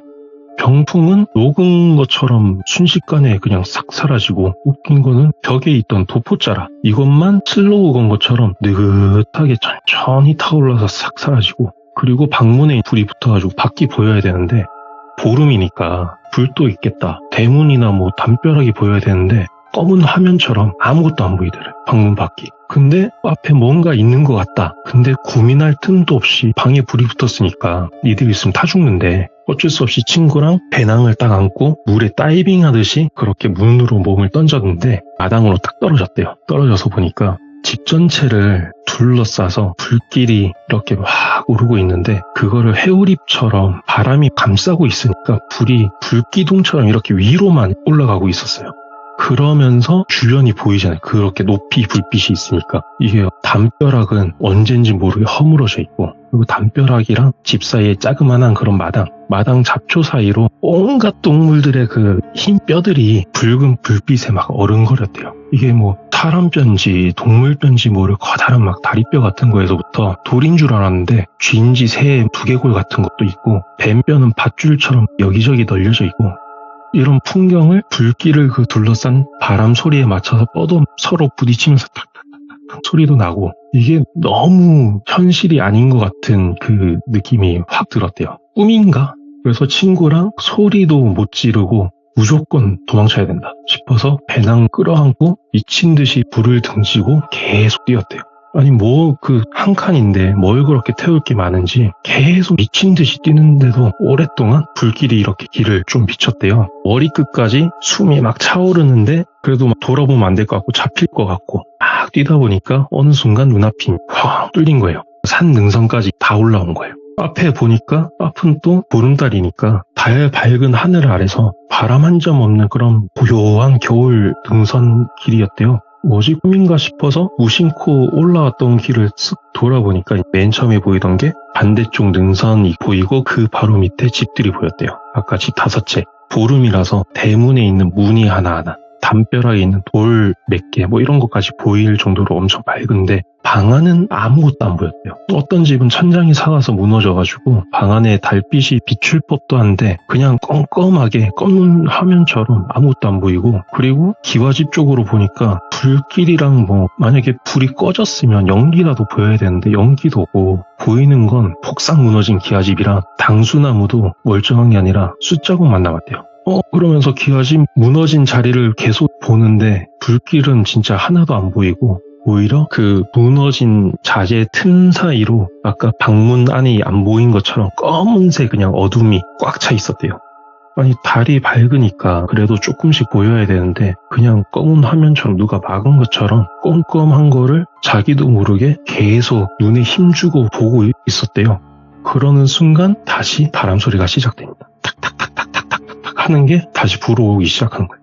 그리고 그때 아재가 느낀 게 순간 뭐랑 눈이 마주친 것 같아요. 보이진 않는데 분명 나도 봤고 뭔가도 날 봤다 싶어서 바로 옆에서 지도 찾는다고 뒤지고 배낭 찾고 있는 친구 바로 목덜미 잡고 다시 무작정 능선을 달리기 시작했대요. 처음에 친구는 그냥 미쳤나 그러는데 나중에 친구도 소리 들었는지 나중에는 아재보다 더 빨리 앞서서 뛰고 뛰다가 그냥 죽는 게 낫겠다 싶을 때 저 멀리서 흐릿한 불빛이 돌산 밑에 딱 있더래요. 그래서 가보니까 석탑도 없는 암자였는데 어느 순간 향냄새가 좀 나더래요. 가까이 가니까. 그래서 도착해가지고 친구랑 숨 고르고 있으니까 찌긋하신 스님 한 분이 나오셨대요. 예. 그래서 헐떡이고 있던 그 아재랑 친구를 바라보고 있다가 스님이 물을 한 바가지를 딱 떠주더래요. 엄청 시원하잖아요. 차갑고. 그걸 딱 들이키니까 정신 딱 차려가지고 감사합니다 얘기를 해야 되는데 이게 감사합니다보다 뭔가 죽다 살아나서 그런지 불평과 하소연이 나오려고 하는 거예요. 그냥 토해내고 싶은데 감정을 정신 차리고 겨우겨우 감사하다. 우리는 어디 사는 아무개인데 이러이러한 사정이 있어서 혹시 하룻밤만 자다 가도 되냐 이렇게 여쭤봤는데 뭔가 스님이 입을 싹 가리시더래요. 그러니까 뭔가 무건수행 중이셨나 봐요. 그래서 말을 이렇게 안 된다 하는 신용을 하시고 암자 안으로 이렇게 들어오라는 듯이 손질을 하셨대요. 그래서 친구랑 같이 정신 차리고 보니까 배낭을 매지도 않고 계속 안고 왔다는 거를 다 알고 배낭도 놓고 복장이랑 손이랑 여기저기 끓긴 거 투성이에 흙투성이라서 대충 복장 정리하고 짐도 정리하는데 그때까지 친구랑 뭐 괜찮냐 이런 말도 안 하고 그냥 보긴 보는데 말없이 그렇게 정리를 하고 암자로 딱 들어가니까 작은 불상 앞에 불경을 이렇게 한 장 읽어주시는 스님이 있고 한켠에 이부자리가 깔려 있었대요. 그래서 감사합니다 인사하고 자려고 누웠는데 아재가 엄청 답답해하면서 얘기했어요. 이때 아니 그 쪼맨한 촛불 아래서 불경 넘기는 종이 바스락거리는 소리만 들으니까 다시 막 생각이 나더라고요. 아까 있었던 게. 아니 차라리 뭐 불경을 외거나 목탁 소리가 나거나 이랬으면은 그래도 절이니까 좀 안전하겠다 뭔가 못 오겠다 이런 생각이 들겠는데 그런 게 없으니까 점점 숨도 가빠지고 가만히 못 있겠는 거예요. 그러고 있는데 옆에 친구도 마찬가지였나 본지 친구도 일어나가지고 스님한테 잠이 정말 안 온다. 혹시 자기가 읽을 만한 뭐 불경 같은 게 있겠냐라고 해가지고 자기도 그때 딱 일어나서 같이 자기도 그렇다 잠 안 온다. 혹시 자기도 같이 뭐 읽을 만한 게 있냐 여쭤보니까 한참을 말없이 보시다가 스님이 불경이 아니라 찻상을 가져오셨대요. 찻상? 오. 바람 소리도 안 났대요. 여기는 진짜 조용한 남자에서 한동안 차 따르는 쪼르륵 하는 소리만. 그래서 망설이다가 몇 번 마시려고 입가까지 갔다가 내려놓고 가다가 내려놓고 하다가 친구가 어느 순간 쏟아내듯이 얘기를 했대요. 처음부터 뭐 어느 마을 갔는데 거기서 어땠는데 아재도 중간중간에 거들었고 이게 그 순간은 뭔가 경험했던 머릿속에 있던 일들을 지금 밖으로 빼내지 않으면 안 되는 것 같은 그런 느낌이 들었대요. 빨리 이걸 다 뱉어내야 된다. 그런 것처럼 강박적으로 둘 다 막 얘기를 했는데 어느 순간 보니까 스님은 이걸 뭐 스님이 듣고 계신 건지 뭔지 모를 눈빛으로 이렇게 본인 찻잔만 내려보고 계셨대요. 그런 모습을 보고 친구랑 아재가 정신 차려가지고 이야기를 정리하고 그래서 어수선하게 차담이 끝났대요. 그래서 뭐 좀 토해내니까 그나마 좀 나아서 이제 좀 잠자겠지 했는데 해 뜨고 나서야 겨우 잠들었대요.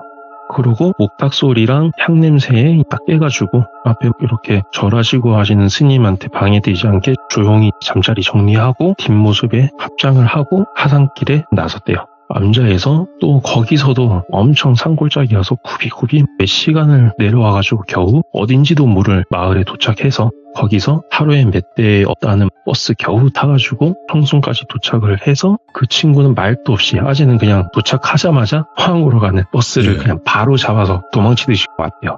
잘 가라 이런 안부 인사 그런 거 없이 그냥 서로. 그러고 나중에야 친구가 다음 날에 가서 찾아왔다고 들었는데 아무튼 아재는 집으로 왔는데 그 다음부터도 되게 오래 힘들었대요.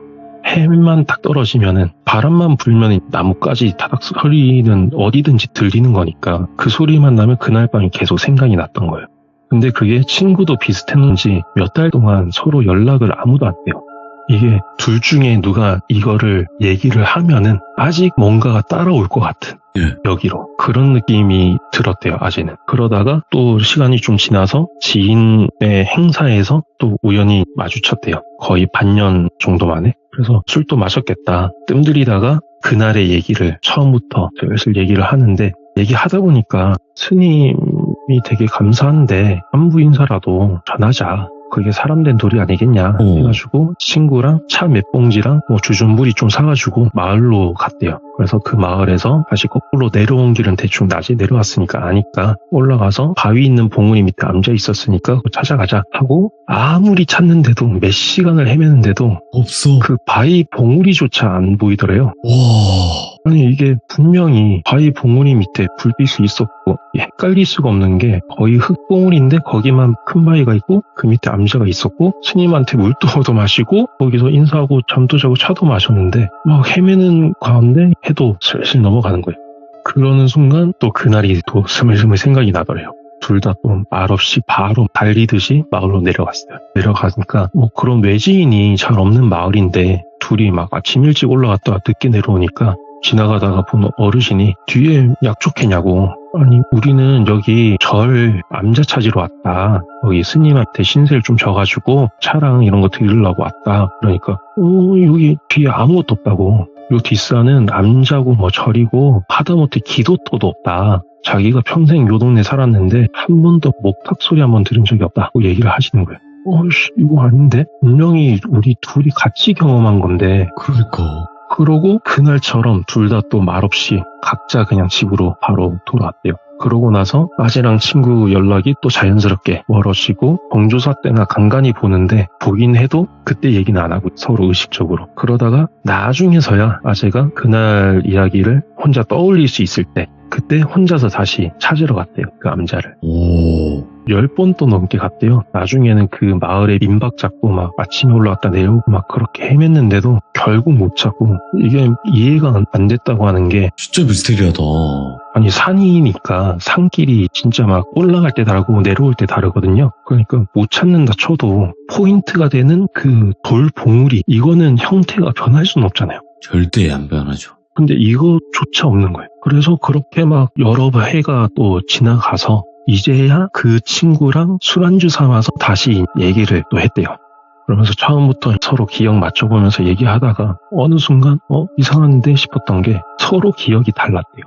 아재는 분명히 암자에 도착해서 스님이 냉수 한 바가지 주셨고 무건수행 하신 것처럼 말 한마디 안 하셨고 조용히 계셨고 친구랑 둘만 떠들고 열정적으로 얘기하고 자고 내려왔는데 예. 친구는 암자에 도착했을 때부터 마당에서 세 사람이 한참 얘기를 했대요. 스님이 막 어떻게 왔냐 그랬냐 차 마실 때는 그 얘기하는 건 똑같았는데 스님 또 맞장구 쳐주고 그러다가 아침에는 배웅도 해주대요.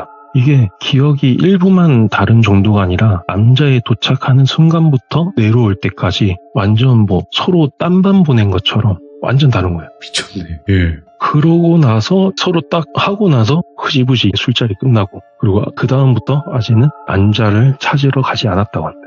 더 이상 의미가 없을 것 같다. 그죠. 실존하는 게 아니지 이건. 네, 그러면서 하는 얘기가 알고 싶다. 뭔지 도대체 예. 그 기와집은 뭐고 그 스님은 뭔지 너무 궁금하다. 근데 알면 안 될 것 같다. 알면은 모를 대로 못 돌아갈 것 같은 느낌이 든대요. 맞아요. 안 돼. 네. 여기서 끊어야 돼. 네. 근데 또 저는 그 얘기 들을 때마다 조금 무서웠던 게 이 얘기를 하실 때마다 뭔가 낯설어 보이는 거예요.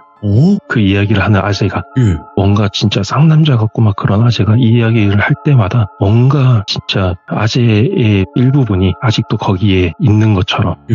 뭔가 두고 온 사람처럼 낯설게 보이더라고요. 그래서 이 이야기가 오랫동안 제 기억 속에서도 남아있고요.